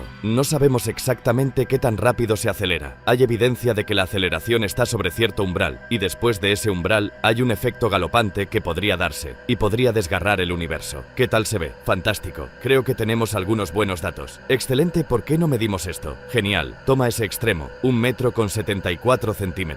El punto del experimento de la pintura es encontrar paralelos entre el camión impulsado por la fuerza invisible de la gravedad y el universo en aceleración. Me alegra haber traído la cinta de medir larga porque el intervalo crece rápidamente. En unas cuantas mediciones más, la distancia entre las manchas de pintura se incrementa casi 7 veces. Si el camión estuviera en el espacio, a esta velocidad viajaría a más de 160 km por hora en un minuto y a más de 1600 km por hora en 10 minutos. Ahora la pregunta para Robert es si ese mismo tipo de expansión y aceleración ocurren a escala cósmica. Aquí están los datos que tomamos con Eric, la distancia acumulada que viajó el carro como una función del tiempo, y es bellísima. Es una hermosa forma de parábola. Es exactamente lo que se espera de un cuerpo que se acelera. Y aquí tengo otro cálculo en progreso donde estoy computando la aceleración del universo. Los cálculos de Robert muestran que las fuerzas en la Tierra son similares a las fuerzas en el espacio. Esta demostración nos da una idea de la velocidad de la expansión que parece ocurrir en el cosmos. A simple vista puede ser difícil apreciar que también encajan, pero puedo decir que la tasa de las estadísticas muestra que un universo en aceleración encaja muy bien con estos datos. Si, al igual que el camión, el universo en efecto se acelera, entonces dentro de miles de millones de años, el universo podría destrozarse. Todas las estrellas y galaxias distantes distantes podrían ser alejadas unas de otras, serían alejadas de nosotros, pero además no tendremos tiempo de sentir el frío y la soledad. Será de hecho muy emocionante y dramático y violento. Las estrellas estallarán, los planetas estallarán y hasta los átomos se separarán antes de que el universo termine. No pasaría al menos en 50.000 millones de años, pero aún así sería un destino interesante para el universo. ¿Cómo se verían los átomos al estallar en pedazos? Cosas como las tazas de café son sólidas. Los átomos se unen para crear algo que sostendrá a un capuchino sin botar una sola gota. Ver de cerca la taza es como viajar a través del cosmos, pasando las moléculas y hasta los átomos. La taza sólida no es sino una tela de partículas atómicas que se unieron para convertirse en materia. Si estas partículas se separan, los vínculos que mantienen unida a la taza dejarían de funcionar. Los átomos ya no soportarían a las moléculas. Las conexiones entre las partículas minúsculas se disuelven. La materia que forma esa taza deja de existir, se desintegra, se evapora. Este es el final dramático que prevé para el universo. Lo que verías si estuvieras parado en la Tierra o en algún otro planeta que aún existiera en ese momento sería algo que parece un muro de oscuridad acercándose a ti. Y a medida que ese muro de oscuridad se acerca, las estrellas se apagarían, las galaxias se apagarían y eventualmente la oscuridad rodearía el planeta. En poco tiempo, los átomos mismos se harían añicos y sería todo. Simplemente el muro de oscuridad se reduce a un punto, y ese es el fin del universo. De acuerdo a Robert, ese momento aún está a miles de millones de años en el futuro, lo que le deja muchísimo tiempo para su investigación. En cierta forma, es como una historia de detectives. Intentamos averiguar quién es el culpable responsable por la aceleración cósmica. Creemos que conocemos su nombre, lo llamamos energía oscura, pero no sabemos cómo opera, no sabemos exactamente cómo funciona, y lo que necesitamos es más información acerca de la física detrás de la energía oscura. Queremos saber exactamente de qué está hecha y, al contestar estas preguntas, podremos averiguar exactamente cuál es el destino del universo. El Gran Desgarrón es una teoría flotando justo sobre la atmósfera de la Tierra y mirando hacia la profundidad del espacio. El telescopio brinda pistas a los científicos de un fin del universo menos violento, pero igualmente inevitable. Los científicos ahora dicen que el universo se expande, y que dependiendo de qué tan rápido se acelera, podría terminar en un gran desgarrón en donde todo se hace añicos. También es posible que continúe expandiéndose, pero a una velocidad menor. El universo no se destrozaría, pero se volvería oscuro, frío y desolado. Si resulta que la energía oscura es constante, una propiedad constante del espacio, y continúa a la misma velocidad que tiene actualmente, el universo seguirá expandiéndose para siempre y será un estado muy triste, pienso yo. Al final, simplemente se congela, todo se enfría. La evidencia para el gran enfriamiento y todas las teorías del fin del universo en parte provienen del telescopio espacial. Ha orbitado la Tierra desde 1990 y tiene una vista perfecta del cosmos. Las imágenes extraordinarias que envía de regreso a la Tierra son espectaculares por su claridad y detalle, y debido a Hubble, los científicos pueden hacer mejores predicciones acerca de cómo terminará el universo. Entonces, aquí tenemos un ejemplo de un campo muy profundo que fue tomado por el telescopio espacial. Literalmente apuntas el telescopio hacia una región específica en el espacio. Si vieras esto en una imagen típica de un telescopio terrestre antes del lanzamiento del Hubble, para empezar, es literalmente casi del tamaño de una estampilla, y repentinamente, el primer campo profundo que el Hubble tomó tenía 4000 galaxias que se veían igual que las galaxias de aquí, que nunca fueron visibles desde la Tierra. Una potencia tremenda. Cada una de estas manchas por sí mismas es otra galaxia. Cada una de esas galaxias contiene cerca de 100.000 millones de estrellas. Los astrónomos esperan ansiosamente las imágenes. Cada una las acerca más a resolver el misterio del destino del universo. A través del procesamiento de imágenes con computadoras y aplicando marcos de diferenciación tomados en noches diferentes, podemos sacar las demás galaxias de la imagen y nos quedamos solo con esta mancha. Parece que no es nada, pero es una supernova. Y este es un objeto que no habríamos descubierto nunca si el telescopio espacial no hubiera sido lanzado. Hubiera más que simples estrellas y galaxias. Podría estar tras uno de los ingredientes claves del espacio, un ingrediente invisible que podría frenar el efecto de la energía oscura y ocasionar el gran enfriamiento. Es la materia oscura. Los científicos hablan de la materia oscura como la sustancia que mantiene unido al universo y que podría prevenir el gran desgarrón. La evidencia de que la materia oscura existe se observa en algunas de las imágenes de galaxias cercanas. A veces parece como si otras galaxias galaxias la rodearan. Las otras galaxias realmente no están allí, más bien son reflejos de galaxias más distantes viniendo desde atrás. Los astrónomos sospechan que esta ilusión óptica es una extraña distorsión de la luz llamada lente gravitacional, causada por la materia oscura. La luz de las galaxias más distantes literalmente se dobla por la curvatura del espacio generada por las estrellas y la materia oscura en su camino. Mientras más materia oscura haya entre la Tierra y la galaxia distante, más se doblará la luz y mayor es la fuerza que causaría el gran enfriamiento gravitacional. Es una herramienta fantástica para los astrónomos porque podemos medir la distorsión en las galaxias de fondo y usarla para trazar la distribución de la materia oscura a diferentes escalas.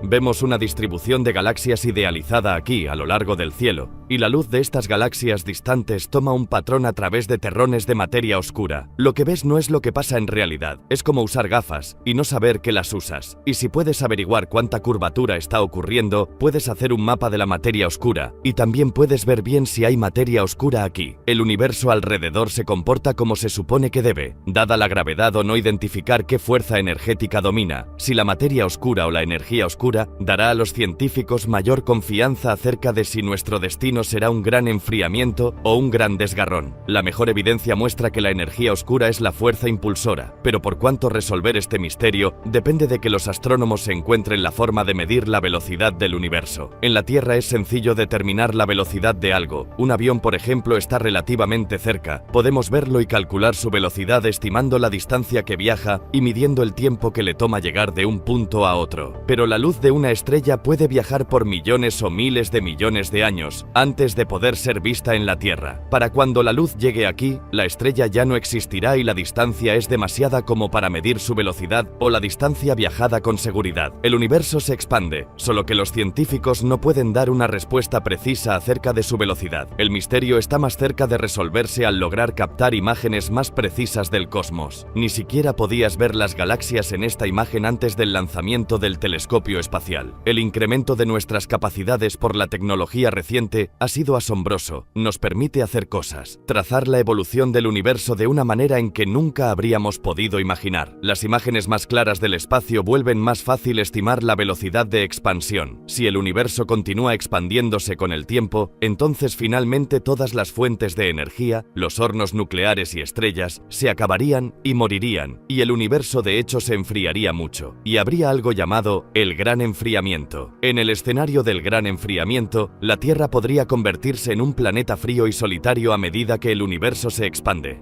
Las distancias entre las estrellas se hacen tan enormes que prácticamente desaparecen de la vista. Con el tiempo se apagan y eventualmente todo el universo termina congelado. Estas son las ideas que surgieron del trabajo de Einstein, solo que ninguno de ellos vivió lo suficiente como para ver estos resultados. Imagina lo que Edwin y Albert Einstein pensarían si estuvieran vivos hoy en día, viendo cómo progresa el tema, pensando en la expansión del universo como una solución natural de sus ecuaciones, pero intrigado porque el universo no parece estar cambiando, desesperado por medir si la expansión del universo se hace más lenta. De hecho, tú sabes, ambos se equivocaron. Se acelera. Cuando Einstein desarrolló la teoría general, no sabíamos que había otras galaxias fuera de nuestra propia Vía Láctea y no sabíamos que el universo se expandía. El mismo Einstein, a pesar de que sus ecuaciones gritaban que el universo debía estar evolucionando, no tenía suficiente confianza en el resultado como para decir el universo debe estarse expandiendo o el universo debe estarse contrayendo. Aún así, su trabajo condujo a avances científicos que identificarían la materia oscura y la energía oscura, las fuerzas que podrían ocasionar el gran enfriamiento. Esta esfera demuestra los principios que apoyan el gran enfriamiento. Las canicas que salen de esta esfera son como estrellas que se formaron después del Big Bang.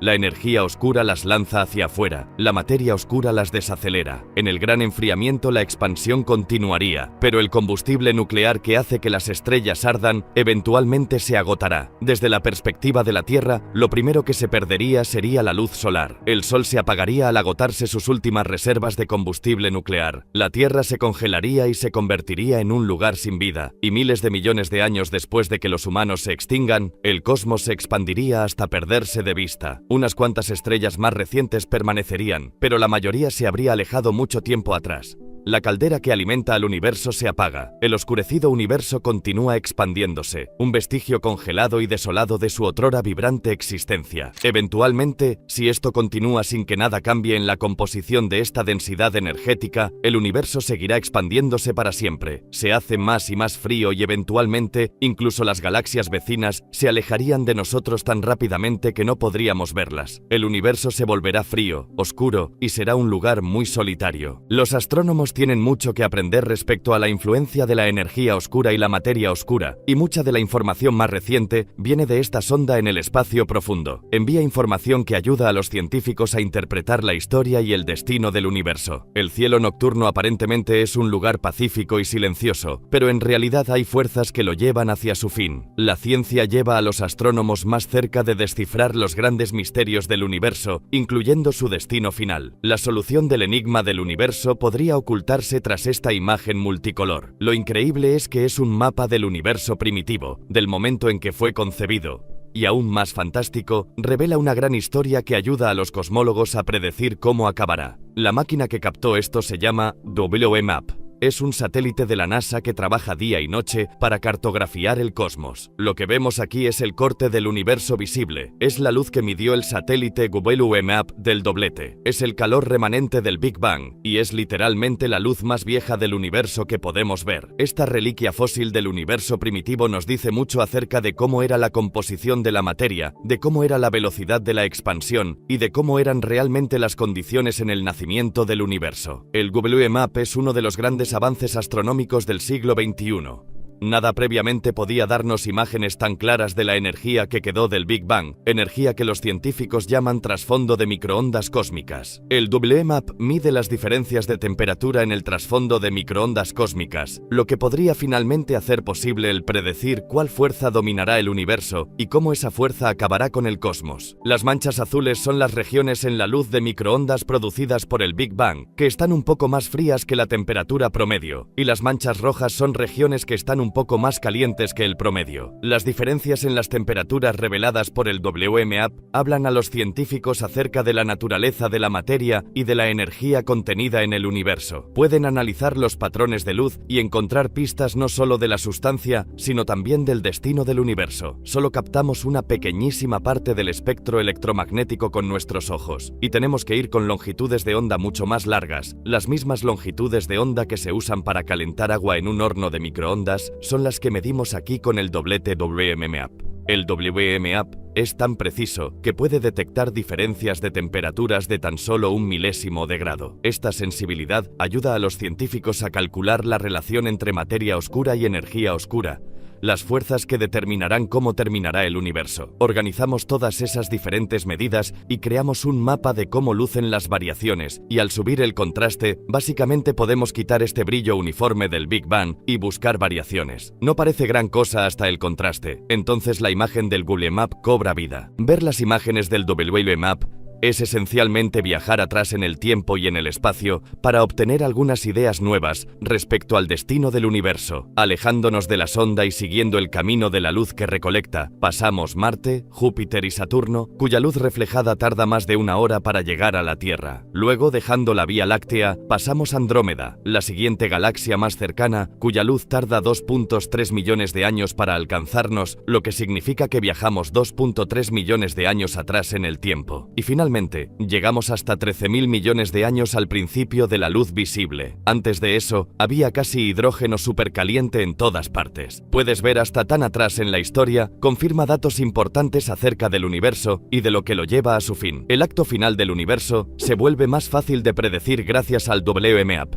Su información, combinada con el trabajo de los astrónomos, condujo a algunos descubrimientos sorprendentes respecto a un universo que se expande rápidamente. La expansión rápida apoya la teoría de la energía oscura y la posibilidad de un gran enfriamiento o gran desgarrón. Ahora sabemos, por toda la información que obtuvimos en los últimos 10 años, que hay por una relación de 2:1 más energía oscura que materia oscura. Así que la energía oscura es el compuesto dominante de energía en el universo. La evidencia parece clara. La energía oscura está ganando terreno y conduce a los astrónomos a nuevos pensamientos acerca del principio y el fin del universo. Antes del descubrimiento de la energía oscura, las cosas eran mucho más sencillas. Si pudiéramos determinar la cantidad de materia en el universo, entonces podríamos decir algo acerca de su final. Esos días sencillos pasaron, pero las evidencias acumulan y apoyan la idea de que el universo continuará expandiéndose, pero lo hará hasta la inconsciencia. Hicimos grandes avances durante el siglo pasado, aprendiendo acerca de la evolución del universo y su expansión, pero ahora, en cierto sentido, generamos más preguntas de las que logramos contestar, y creo que la próxima década será aún más emocionante. Los astrónomos tenemos toneladas y toneladas de retos que los teorizadores pusieron en nuestro camino, y estamos intentando averiguar rápidamente cómo contestar todas esas preguntas. Y creo que es un futuro muy emocionante porque, si puedes salir y realmente observar algo, lo estás probando, y de eso se trata la ciencia. Se espera que la batalla entre la materia oscura y la energía oscura se prolongue por miles de millones de años, y los humanos habrán desaparecido de la Tierra mucho antes de que llegue el final. Pero ninguna otra búsqueda ha sido más significativa para la ciencia que la comprensión de cómo inició el universo, cómo funciona, y cósmicos y físicos, por ejemplo, los de abajo del todo. Estos son los elementos que fabricamos en el laboratorio. Hemos descubierto todos los elementos que la naturaleza nos brinda. Ahora, para poder comprender mejor la tabla, estamos creando elementos más allá de lo que la naturaleza es capaz de crear por sí misma. Y eso es justamente lo que es un misterio para nosotros. Pero volvamos atrás un segundo. La estructura de la tabla, muy por encima, está formada por columnas. Y a medida que avanzamos de izquierda a derecha, se le añade un electrón extra a la última capa del átomo. La columna de la derecha tiene 8 electrones, con los cuales la estructura del átomo está completa. Cuando eso ocurre, no hay electrones que dar o recibir, y cuando no se tiene nada que dar o recibir, no se pueden crear moléculas con ningún otro átomo. Es una parte interesante del diagrama, pero todas las partes del diagrama tienen partes interesantes de las que hablar. Por ejemplo, recordarás que los elementos que están en una misma columna tienen el mismo número de electrones en su capa de valencia. Lo que eso significa es que se unen con otros átomos de la misma manera. El mejor ejemplo de esto es el del carbono y el silicio. Es un buen ejemplo.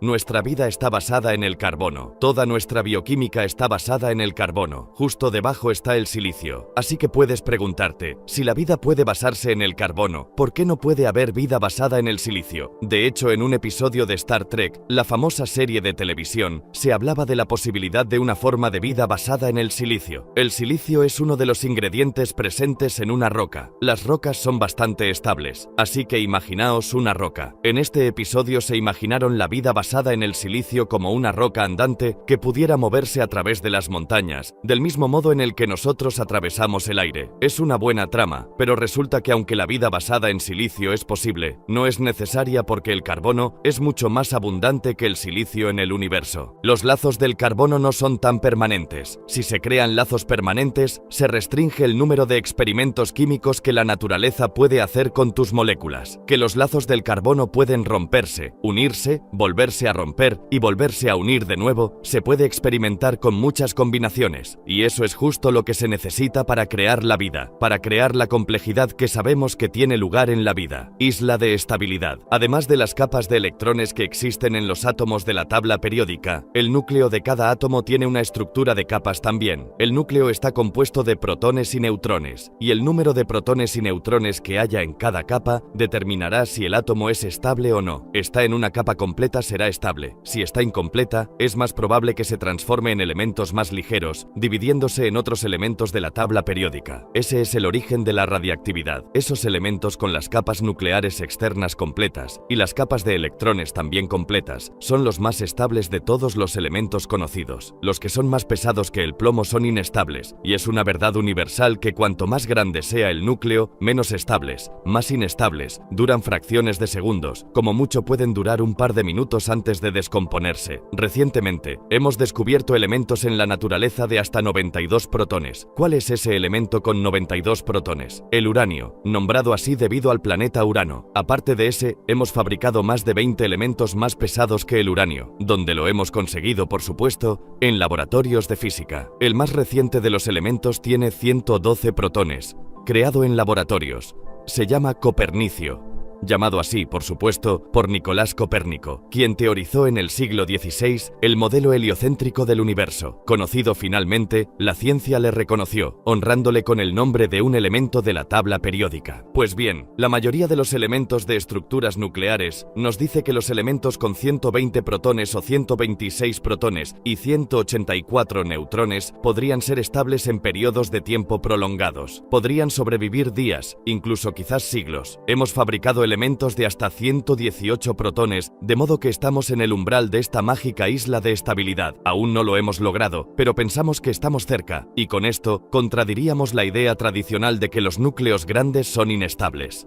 Nuestros modelos nos dicen que puede haber una comunidad de núcleos enormes, igual de estables que cualquier otra cosa en la vida. Pues bien, si llegáramos a crearlos, ¿para qué emplearíamos esos elementos en nuestra vida cotidiana? Puede que sean tan exóticos que solo sirvan para saciar nuestra curiosidad, como ya lo hemos hecho con la mayoría de elementos descubiertos en la tabla periódica. Por ejemplo, ¿quién habría pensado que el germanio, un semimetal oscuro descubierto en la década de 1880, acabaría convirtiéndose en el ingrediente crucial del desarrollo de los transistores 70 años más tarde? O elementos como el neodimio o el samario, que durante siglos fueron considerados meras curiosidades y acabaron siendo esenciales para la construcción de poderosos imanes permanentes. O uno de mis favoritos, el americio, llamado así por América. Hemos descubierto muchos elementos aquí, así que este lo nombraron en honor a América. Fue descubierto en 1944. El americio acabó por convertirse, y lo sigue siendo actualmente, en el ingrediente activo por excelencia en los detectores de humo. Así que he hecho un vistazo a esta isla de estabilidad y ansío conocer las propiedades que podrán tener en manos de un ingeniero capacitado y científicos con percepción. Podremos explotar esas propiedades y posiblemente transformar la vida tal y como la conocemos actualmente. Modelo estándar de física de partículas. ¿Dónde estabas tú en los 70? ¿Habías nacido ya? Y de ser así, ¿bailabas música disco? Yo sí tuve la edad perfecta en la mejor época, pero en aquella década, los físicos de Estados Unidos y Europa estaban haciendo el inventario final de todas las partículas conocidas, y lo que estaban recopilando no era un inventario cualquiera. Lo que salió de aquella época fue el entendimiento de cómo todas esas partículas se unían entre ellas, pues pretendían llegar a un pensamiento coherente de cómo se relacionaban las partículas con la materia y con el universo a gran escala. De modo que lo que hemos aprendido con la ayuda de potentes aceleradores de partículas, por cierto, ¿cómo funcionan? Su tarea es hacer que choquen los núcleos atómicos entre sí y recoger los trozos que quedan. Y cuando los núcleos atómicos chocan, se crea una gran cantidad de energía, y esa energía puede crear partículas nuevas, mientras que otras partículas pueden desaparecer. Es un lío, un desastre, pero entre esa gran explosión podemos satisfacer la naturaleza de la materia. Y puedes ver, se ha forjado un nuevo universo en el centro de tu acelerador de partículas. De modo que lo que hemos aprendido es que hay tres regímenes de energía en la materia. ¿Adivinas a cuál pertenecemos nosotros? Al de baja energía. Lo siento mucho. Todo lo que conocemos, todo cuanto hacemos, pensamos, decimos, saboreamos, tocamos, ocurre en este régimen de baja energía de partículas. Desconocemos totalmente qué pasa en los otros dos, así que echemos un vistazo rápido al inventario de partículas presentes en ese régimen de baja energía. Lo primero que tenemos son nuestros protones y neutrones, ¿de acuerdo? Pues resulta que no son partículas fundamentales. Como hemos dicho anteriormente, están formados por quarks. Llamamos a esos quarks arriba y abajo. Sé que es curioso porque si volvemos a la antigua Grecia, la palabra átomo se inventó para describir la parte indivisible de la materia. Átomo quiere decir indivisible, pero luego descubrimos que los átomos están formados de partículas. En ese caso en concreto, los neutrones y protones se pueden dividir a su vez en quarks, de modo que tenemos el quark arriba y el quark abajo. ¿Qué más tenemos? Tenemos el electrón, con el cual ya nos hemos familiarizado. Eso es lo que fluye por todos los aparatos electrónicos de esta era moderna y lo que nos brinda la electricidad. Luego hay otra partícula, una partícula especialmente esquiva que hemos nombrado en anteriores capítulos. Es el neutrino, y este neutrino en particular es un neutrino electrónico. Se consigue de una forma muy interesante. Arranca un neutrón del núcleo de un átomo y lo suelta en el espacio. 6 minutos después se descompone. Los neutrones no son estables fuera del núcleo. Un neutrón no tiene tiene carga, pero se descompone en tres partículas, un protón, un electrón, cuyas cargas se cancelan entre sí, de modo que empiezas sin carga y acabas igualmente sin carga. El neutrón se transforma en un protón, un electrón y un neutrino electrónico que se escapa.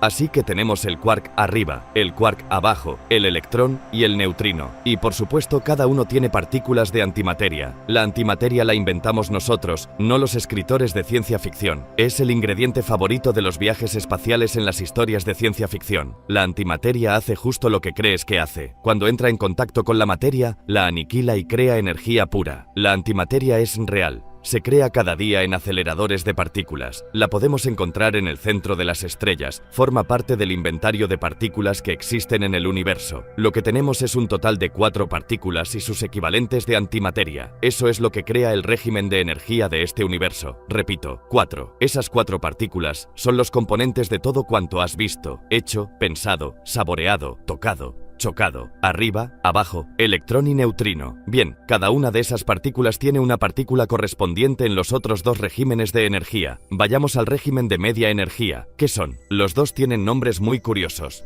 Los de nuestro régimen se llaman arriba y abajo. Los del régimen de media energía se llaman quark extraño y quark encantado. Y el equivalente del electrón se llama muón. Y por supuesto, el muón tiene su propio neutrino.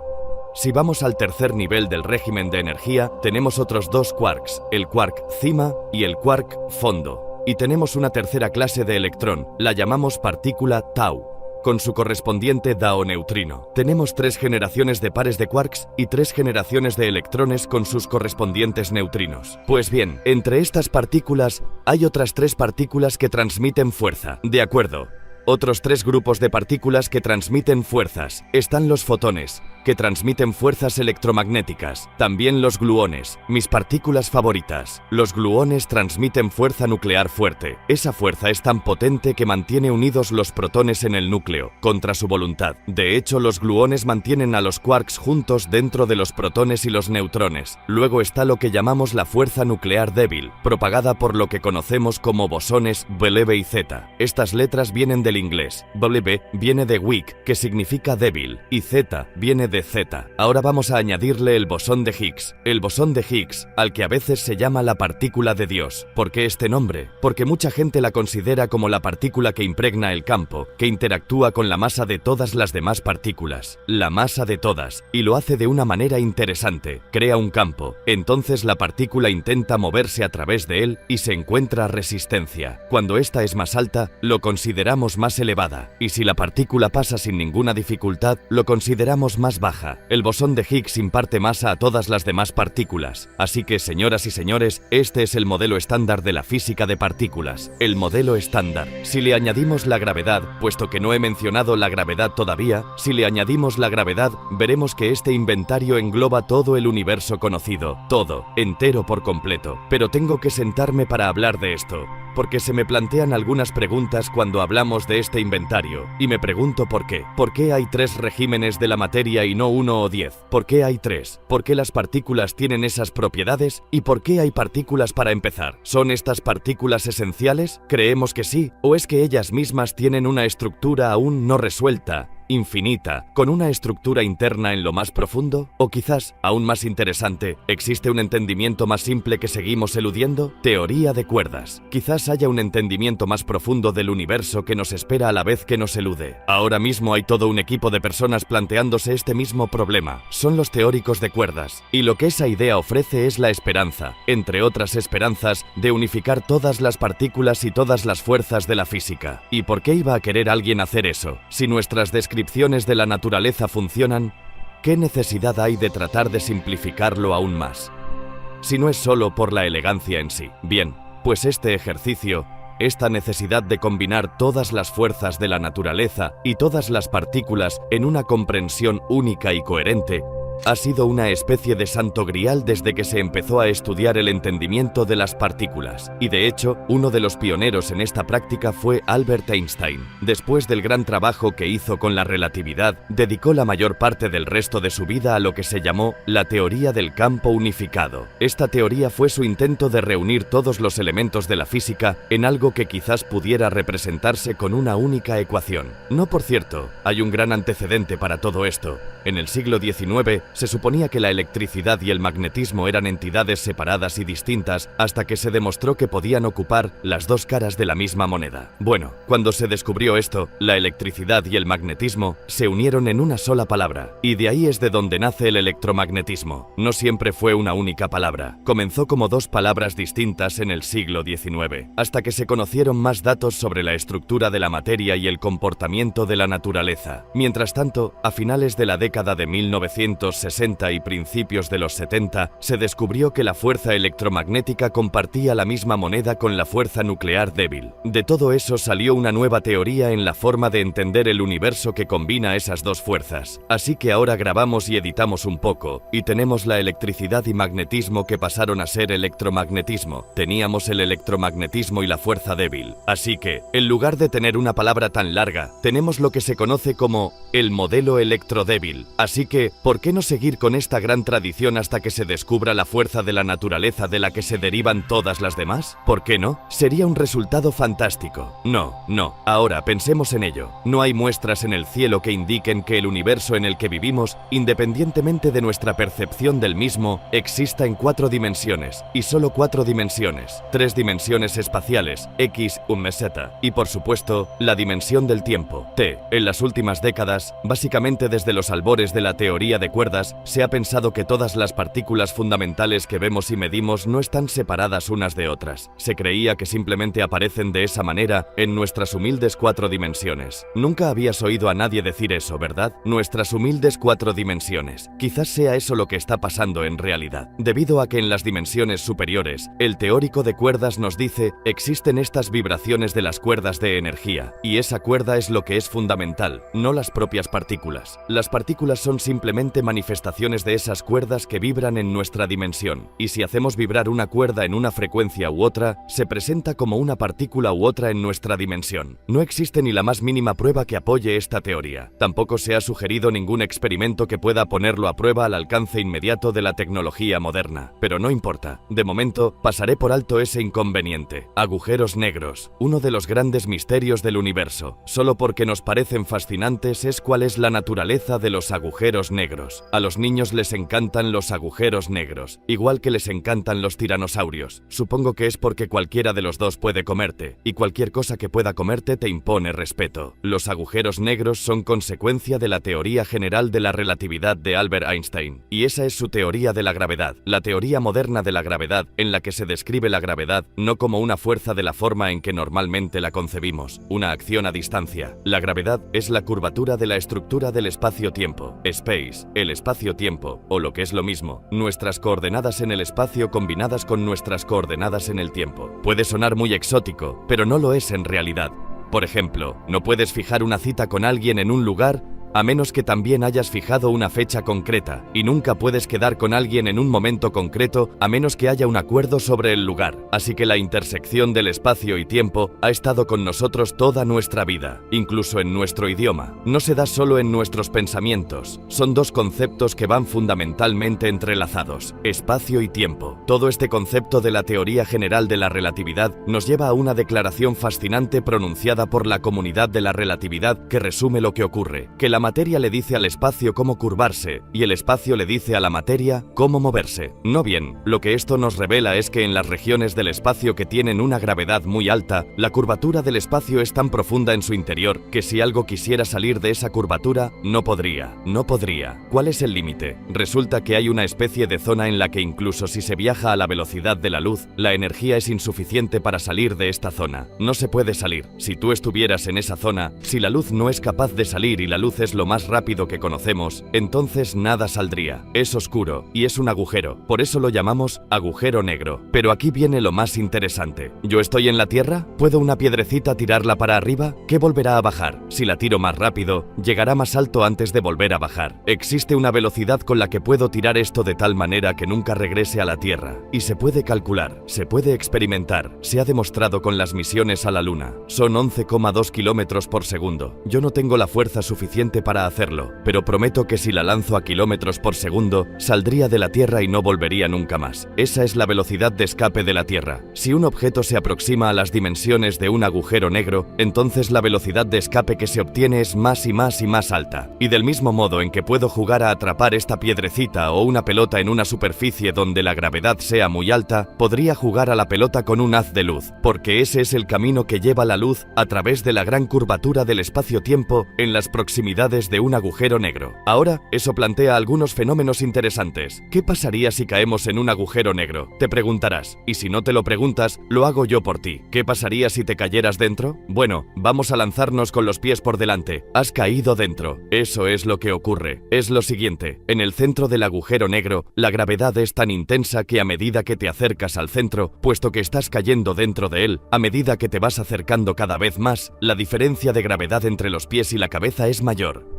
La diferencia de gravedad es enorme a medida que te acercas al centro del agujero negro. Esa diferencia en la gravedad es lo que llamamos la fuerza de marea. Y esa fuerza de marea tiene el poder de estirar las cosas. La fuerza de marea que ejerce la Luna sobre la Tierra estira los océanos, creando las mareas cuando hay marea alta o marea baja. La Tierra está amoldándose a las protuberancias que existen en el espacio. Hagamos un pequeño paréntesis. La gente se pregunta si las mareas producidas por la Luna afectan a nuestras cabezas porque en las mareas sube el agua y los biólogos nos dicen que nosotros somos agua en nuestra mayor parte. Pues sí, la fuerza de marea afecta a nuestra cabeza. Resulta que la fuerza aplicada a la cabeza es 1 trillón de veces más potente que la de una almohada en el caso de que pusiéramos la cabeza debajo de la almohada. Así que nos afecta la fuerza de marea. Son mayores cuanto mayor sea el objeto. En el caso del diámetro de nuestra cabeza, la fuerza aplicada es pequeña. Nos encontramos cayendo por el agujero negro. Tus pies quieren acercarse al centro más rápido que tu cabeza. Así que comienzas a estirarte y tu cuerpo se va alargando cada vez más. Al principio eso de estirarse le sienta bien a uno, pero luego empieza a doler, hasta que llega un punto en el que la fuerza de marea es más potente que las uniones moleculares que mantienen la carne unida, y te divides en 2 partes, probablemente por debajo de la espina dorsal. Después de eso, a esas 2 piezas les ocurre lo mismo y también se separan. Así que pasas de 2 trozos a 4, luego a 8, a 16. Y a medida que te vas acercando al centro del agujero negro, te conviertes en un conjunto de átomos. Pero lo peor no es eso, sino que el espacio-tiempo es como un embudo, de modo que no solo te estiras, sino que te estrujas de lado a lado y de arriba a abajo para poder pasar a través del espacio-tiempo, como la pasta de dientes pasa por el tubo. Existe una palabra para esto. Para describir la muerte cuando uno cae en un agujero negro se llama espaguetificación, porque eso es lo más parecido a un espagueti cayendo por el espacio. Resulta que los agujeros negros grandes tienen una fuerza de marea menor a la de los agujeros negros más pequeños. A medida que te acercas al centro, la diferencia gravitatoria entre los pies y la cabeza no es tan grande, así que es posible sobrevivir a la caída en un agujero negro. El agujero negro en el que te gustaría caer es el siguiente, uno que estuviera girando, de modo que cuando cayeras en él, eso es lo que ocurre cuando un agujero negro está girando constantemente, adquiere propiedades extra muy interesantes. A medida que caes por el agujero negro, el tiempo se ralentiza hasta llegar a un punto en el que prácticamente se detiene. Y cuando eso ocurre, el universo que has dejado atrás transcurre en un instante, de modo que ves el futuro del universo que acabas de dejar en el instante en el que caes a través del agujero negro, de modo que es un viaje solo de ida. ¿De acuerdo? Esto no se lo podéis decir a nadie. Eso nos lleva a pensar, haciendo cálculos de lo que podemos encontrar en el centro del agujero negro que está en constante rotación, que existe otro espacio-tiempo completamente diferente que se acaba de aparecer ante ti, un universo completamente nuevo que no es del cual provienes, de modo que, si caes en un agujero negro en rotación para hacer este tipo de experimentos solo de ida, puedes acabar en un universo totalmente distinto. ¿Has hecho alguna vez ese experimento? No funciona en la teoría, así que aceptamos voluntarios. ¿Alguien quiere? Y preguntarse cómo podrían ser. A todos nos entretienen, por supuesto. Una parte de nuestra energía intelectual se cuestiona qué aspecto tienen, de dónde son, ¿Cómo han llegado hasta aquí? ¿Qué comen? Pero ellos no han sido los primeros. Ha sido uno de los pasatiempos favoritos del hombre desde hace muchos siglos. De hecho, para ver un ejemplo, vamos a echar la vista atrás hasta el siglo XVII con el brillante científico Christian Huygens, un físico, astrónomo, matemático y filósofo holandés, un hombre renacentista. Entre los logros de su carrera está la invención del reloj de péndulo. Alguien tenía que hacerlo, pero no solo eso, él fue el primero en estudiar los anillos de Saturno a través de un telescopio, hasta el punto de identificarlos como anillos. Antes, la gente solo veía unas manchas de luz alrededor del globo de Saturno sin saber identificar lo que veía. Esos son solo dos elementos clave en su extensísimo currículum. A finales del siglo XVII, la física de Newton estaba echando raíces. A pesar de haberse descubierto décadas atrás, aún estaba en periodo de prueba y la gente empezaba a aplicarla. Sin embargo, la biología era todavía un campo académico en ciernes. En su gran obra de finales del siglo XVII, Los mundos celestiales descubiertos de 1696, hizo una analogía entre Júpiter y la Tierra. En dicha analogía afirmaba que, obviamente, Júpiter tiene una atmósfera al igual que la Tierra, y si había una atmósfera, entonces quizás también habría un clima, y si hay un clima, entonces habrá lluvia, y si hay lluvia, habrá océanos, y si hay océanos, surge la cuestión de qué querrá hacer la vida con esos océanos. Si vivieras en Júpiter, querrías moverte de algún modo. ¿Cómo lo harías? Tendrías barcos, por supuesto. ¿Y cómo navegarías? Pues con velas. ¿Y cómo controlarías esas velas? Necesitarías algún mecanismo para hacerlo. Necesitarías cuerda. Si ya tienes la cuerda, ¿de qué material estaría hecha? De modo que, de toda esta línea de razonamiento, dedujo que cualquier forma de vida que hubiera en Júpiter nacería del cáñamo. Interesante, pero demuestra la enorme importancia que damos a cómo podría ser la vida en otros lugares. Y en esa teoría se da en realidad un prejuicio cultural que casi no podemos evitar, porque lo único que sabemos es sobre nosotros mismos cuando pensamos en otra vida en el universo. Y ese prejuicio cultural se sirve de nuestros propios valores y tecnologías para deducir qué formas pueden tener los demás de desplazarse. Y no solo esto, si nos fijamos en el capítulo inicial de Los mundos celestiales descubiertos, vemos que es una celebración de la física newtoniana. El conocimiento del nacimiento de nuestro Sol normalmente sería completamente inaccesible porque, ¿cómo vamos a remontarnos hasta esa época? No podemos. Afortunadamente existen miles de millones de estrellas en nuestra galaxia, en todas las fases de la vida y la muerte, así que podemos utilizarlas como representación de nuestros pensamientos sobre el Sol. Podemos deducir cómo nació el Sol y podemos deducir cómo nacieron los planetas que lo rodean observando cuidadosamente las enormes nubes de gas y polvo que hay en nuestra propia galaxia. Esto requiere telescopios especiales, por supuesto, no solo para ver la superficie de las nubes, sino mediante longitudes de onda de la luz para ahondar más profundo y ver dónde está toda la acción. Pero con la vida en la Tierra, por lo que sabemos, solo hubo una génesis. Y si solo hubo una, no hay manera de comparar otras formas de vida que nacieran por separado de la nuestra, que tengan diferentes orígenes. Regresemos entonces. Vamos a imaginar que en algún momento hubo una conversión de moléculas orgánicas inanimadas, en las que se incluyen elementos tales como el carbono, el hidrógeno, el oxígeno y el nitrógeno. Estos son los elementos tradicionales de lo que llamamos la química orgánica. En algún punto hubo una transición de moléculas inorgánicas a seres animados que se reproducen. Eso debió de suceder hace unos 4.000 millones de años, y esa transición hoy en día sigue siendo inaccesible para nosotros y, por lo tanto, sigue siendo un misterio. Debido a esto, se cuestiona en gran medida nuestros esfuerzos por duplicar ese fenómeno en el laboratorio. No vemos cómo ocurre. Podría ser, pero no lo vemos en ninguna otra parte. Ahora, el árbol de la vida moderna tiene un nivel de profundidad y complejidad que Darwin, e incluso quizás los profesores de biología de tus padres, ni siquiera reconocían. Por lo que sabemos gracias a nuestras mediciones, toda la vida en la Tierra tiene una herencia genética común. A eso nos referimos con el árbol de la vida. Todos salimos de una rama, y conforme retrocedemos en el tiempo, hay cada vez menos ramas, y se llega a un punto en el que solo hay una rama. Un ejemplo sencillo: si excavas lo suficiente atrás en el tiempo, encontrarás el ancestro que comparten dos personas en la Tierra, su pariente común. Excava lo suficientemente lejos en el árbol de la vida y encontrarás el ancestro común a dos especies de la Tierra, no importa cuáles sean. Se puede encontrar. ¿Qué hay de los seres humanos y los chimpancés? Eso es pasado reciente. ¿Y los humanos y los peces de colores? Hay que irse un poco más atrás. ¿Y los humanos y las setas? ¿O los humanos y las células de levadura? Hay un punto en el que se encuentra el nexo entre las dos ramas de la vida moderna, así que, por lo que se ha sido capaz de determinar, ha habido una sola génesis en la Tierra.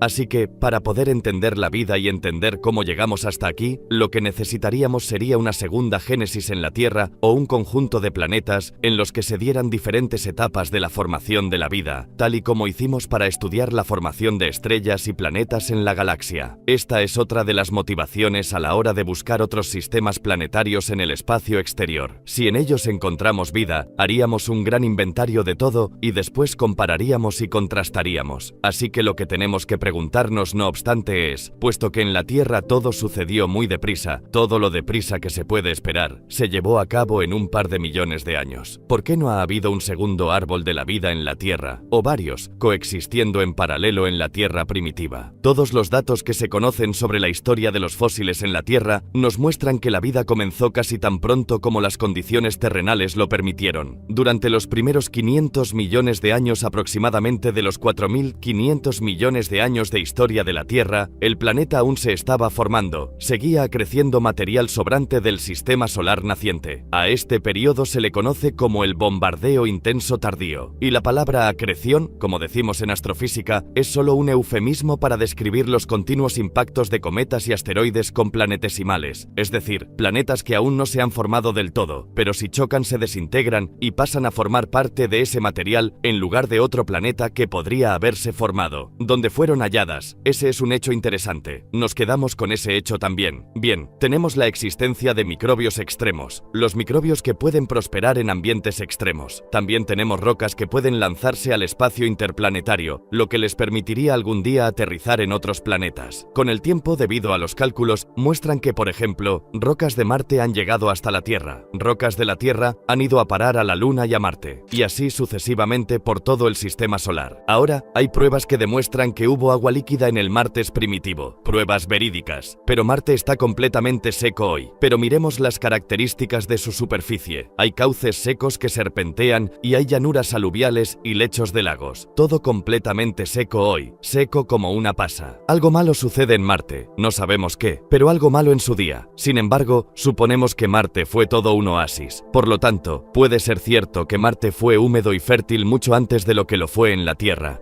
De ser así, ¿sabe la posibilidad de que hubiera bacterias polizones en Marte, escondiéndose en los rincones y grietas de las rocas que salieron disparadas al espacio? Algunas de esas rocas pudieron haber hecho el viaje desde Marte a la Tierra. Supongamos que tenía una gran diversidad de microbios, microbios de los que les gustan los entornos cálidos, así como microbios que pueden prosperar en condiciones adversas. Entonces, solo aquellos microbios que sobrevivieron al frío, la sequía, la radiación intensa del espacio, habrían sobrevivido, otorgando vida a la Tierra primitiva, otorgando a la Tierra primitiva los extremófilos.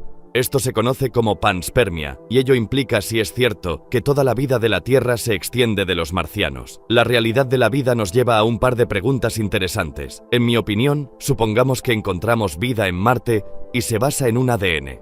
Podrían darse dos posibilidades. O bien que la vida allí tenga ADN en común con la vida en la Tierra. Esa es la prueba irrefutable de que somos descendientes de los marcianos. Pero supongamos que tiene ADN y no hay un código genético en común, eso nos revelaría que el ADN puede ser una molécula fundamental de la vida, y si quisiéramos encontrar vida en cualquier otro sitio, tendría que ser basándonos en el ADN. Su ADN no tendría nada en común con el nuestro, puesto que no han evolucionado conjuntamente aquí. Así que lo que sería más interesante, creo yo, sería ir a Marte y descubrir que hay vida, pero que esa vida ni siquiera está basada en el ADN. Ese sería un resultado mucho más interesante para mí, puesto que nos revelaría otra manera que tuvo la naturaleza de crear vida, y nos diría que la vida, de hecho, no requiere de ADN. Encontró otra manera de codificar la identidad, de averiguar cómo hacer que una criatura sea diferente a otra. Si tenemos todo esto en cuenta y cavamos más profundo, lo que encontramos es que la vida en la Tierra no es sencilla. ¿Se basa en el ADN o no? Por supuesto que sí, pero hay otro aspecto que también es cierto, del que casi nunca se habla, y es el hecho de que las moléculas complejas, casi todas ellas, tienen una especie de mano dominante. No son la misma a un lado del espejo y al otro, y sin embargo, son químicamente idénticas. Como ejemplo, si coges un guante de la mano izquierda y lo miramos a través de un espejo, ese guante en el espejo será un guante de la mano derecha y viceversa. Por lo tanto, es posible tener un producto químico que es idéntico a otro producto químico en la teoría, pero si lo estudiamos bien, veremos que es diferente diferente en el espejo a lo que tú ves a este del espejo. Un ejemplo muy famoso, mi ejemplo favorito, es el de la molécula que da el sabor que obtenemos de la hierbabuena. Si escribimos la fórmula, es idéntica a la del sabor del comino, mismo número de átomos, en la misma secuencia, pero uno de ellos tiene la orientación de la mano izquierda y el otro, la de la diestra, y nuestras papilas gustativas distinguen los dos sabores. Y, por supuesto, el sabor de la hierbabuena y el comino no tienen nada que ver, no hay relación entre uno y el otro, sin embargo, es la misma molécula. Resulta que la vida es abrumadoramente zurda, porque las moléculas orgánicas están en los meteoritos, porque de hecho, las moléculas orgánicas se pueden formar en el espacio interestelar, en el espacio intergaláctico y en el espacio interplanetario. Estas moléculas son perceptibles por todo el universo. Cuando encontramos moléculas orgánicas en los meteoritos y nos preguntamos, ¿cuántas de ellas serán zurdas y cuántas de ellas diestras? La respuesta es 50-50. Sin embargo, esas mismas moléculas, cuando nos fijamos en ellas en la vida en la Tierra y nos inclinamos por las que son zurdas o diestras, el 100% de ellas serán zurdas, lo cual te hace plantearte, ¿habrá otro planeta ahí fuera como el nuestro, salvo porque allí sus moléculas son diestras? Es una pregunta muy interesante. ¿O por qué no hay un ecosistema o existente en la Tierra en el que se desarrolle este régimen diestro? Entonces podemos preguntarnos por qué aún no está bien estudiado. Podemos cuestionarnos, ¿hay algún tipo de ventaja de una mano sobre la otra? Una ventaja inherente, ya sea en la búsqueda de fuentes, dos formas de vida, si una no interactúa con la otra. ¿Podría ser que no se puede derivar el alimento de la vida con la mano derecha frente a la vida con la mano izquierda? Ese sería un planeta interesante en el que vivir. Tendrías que saber de antemano cuál es tu presa, es zurda o diestra en su construcción molecular. Es una película de ciencia ficción que aún no se ha filmado o un libro que espera a ser escrito. Yo, desde luego, lo compraría. La inteligencia, tengo otra pregunta. ¿Cuán inteligentes son los seres humanos? Es curioso, porque somos nosotros los que daremos esa respuesta. Y así, si definimos lo que significa ser inteligente. Entonces, ¿cómo de preciso será a escala cósmica cuando buscamos vida inteligente en el universo? Tratamos de establecer unos criterios por los que juzgar si la civilización es o no inteligente, y somos tan atrevidos que incluso pensamos que estaríamos en posición de comunicarnos de manera significativa con las especies vivas de otro planeta. ¿Por qué digo esto? Porque no podemos ni siquiera comunicarnos de manera significativa y profunda con cualquier otra especie de la vida en la Tierra.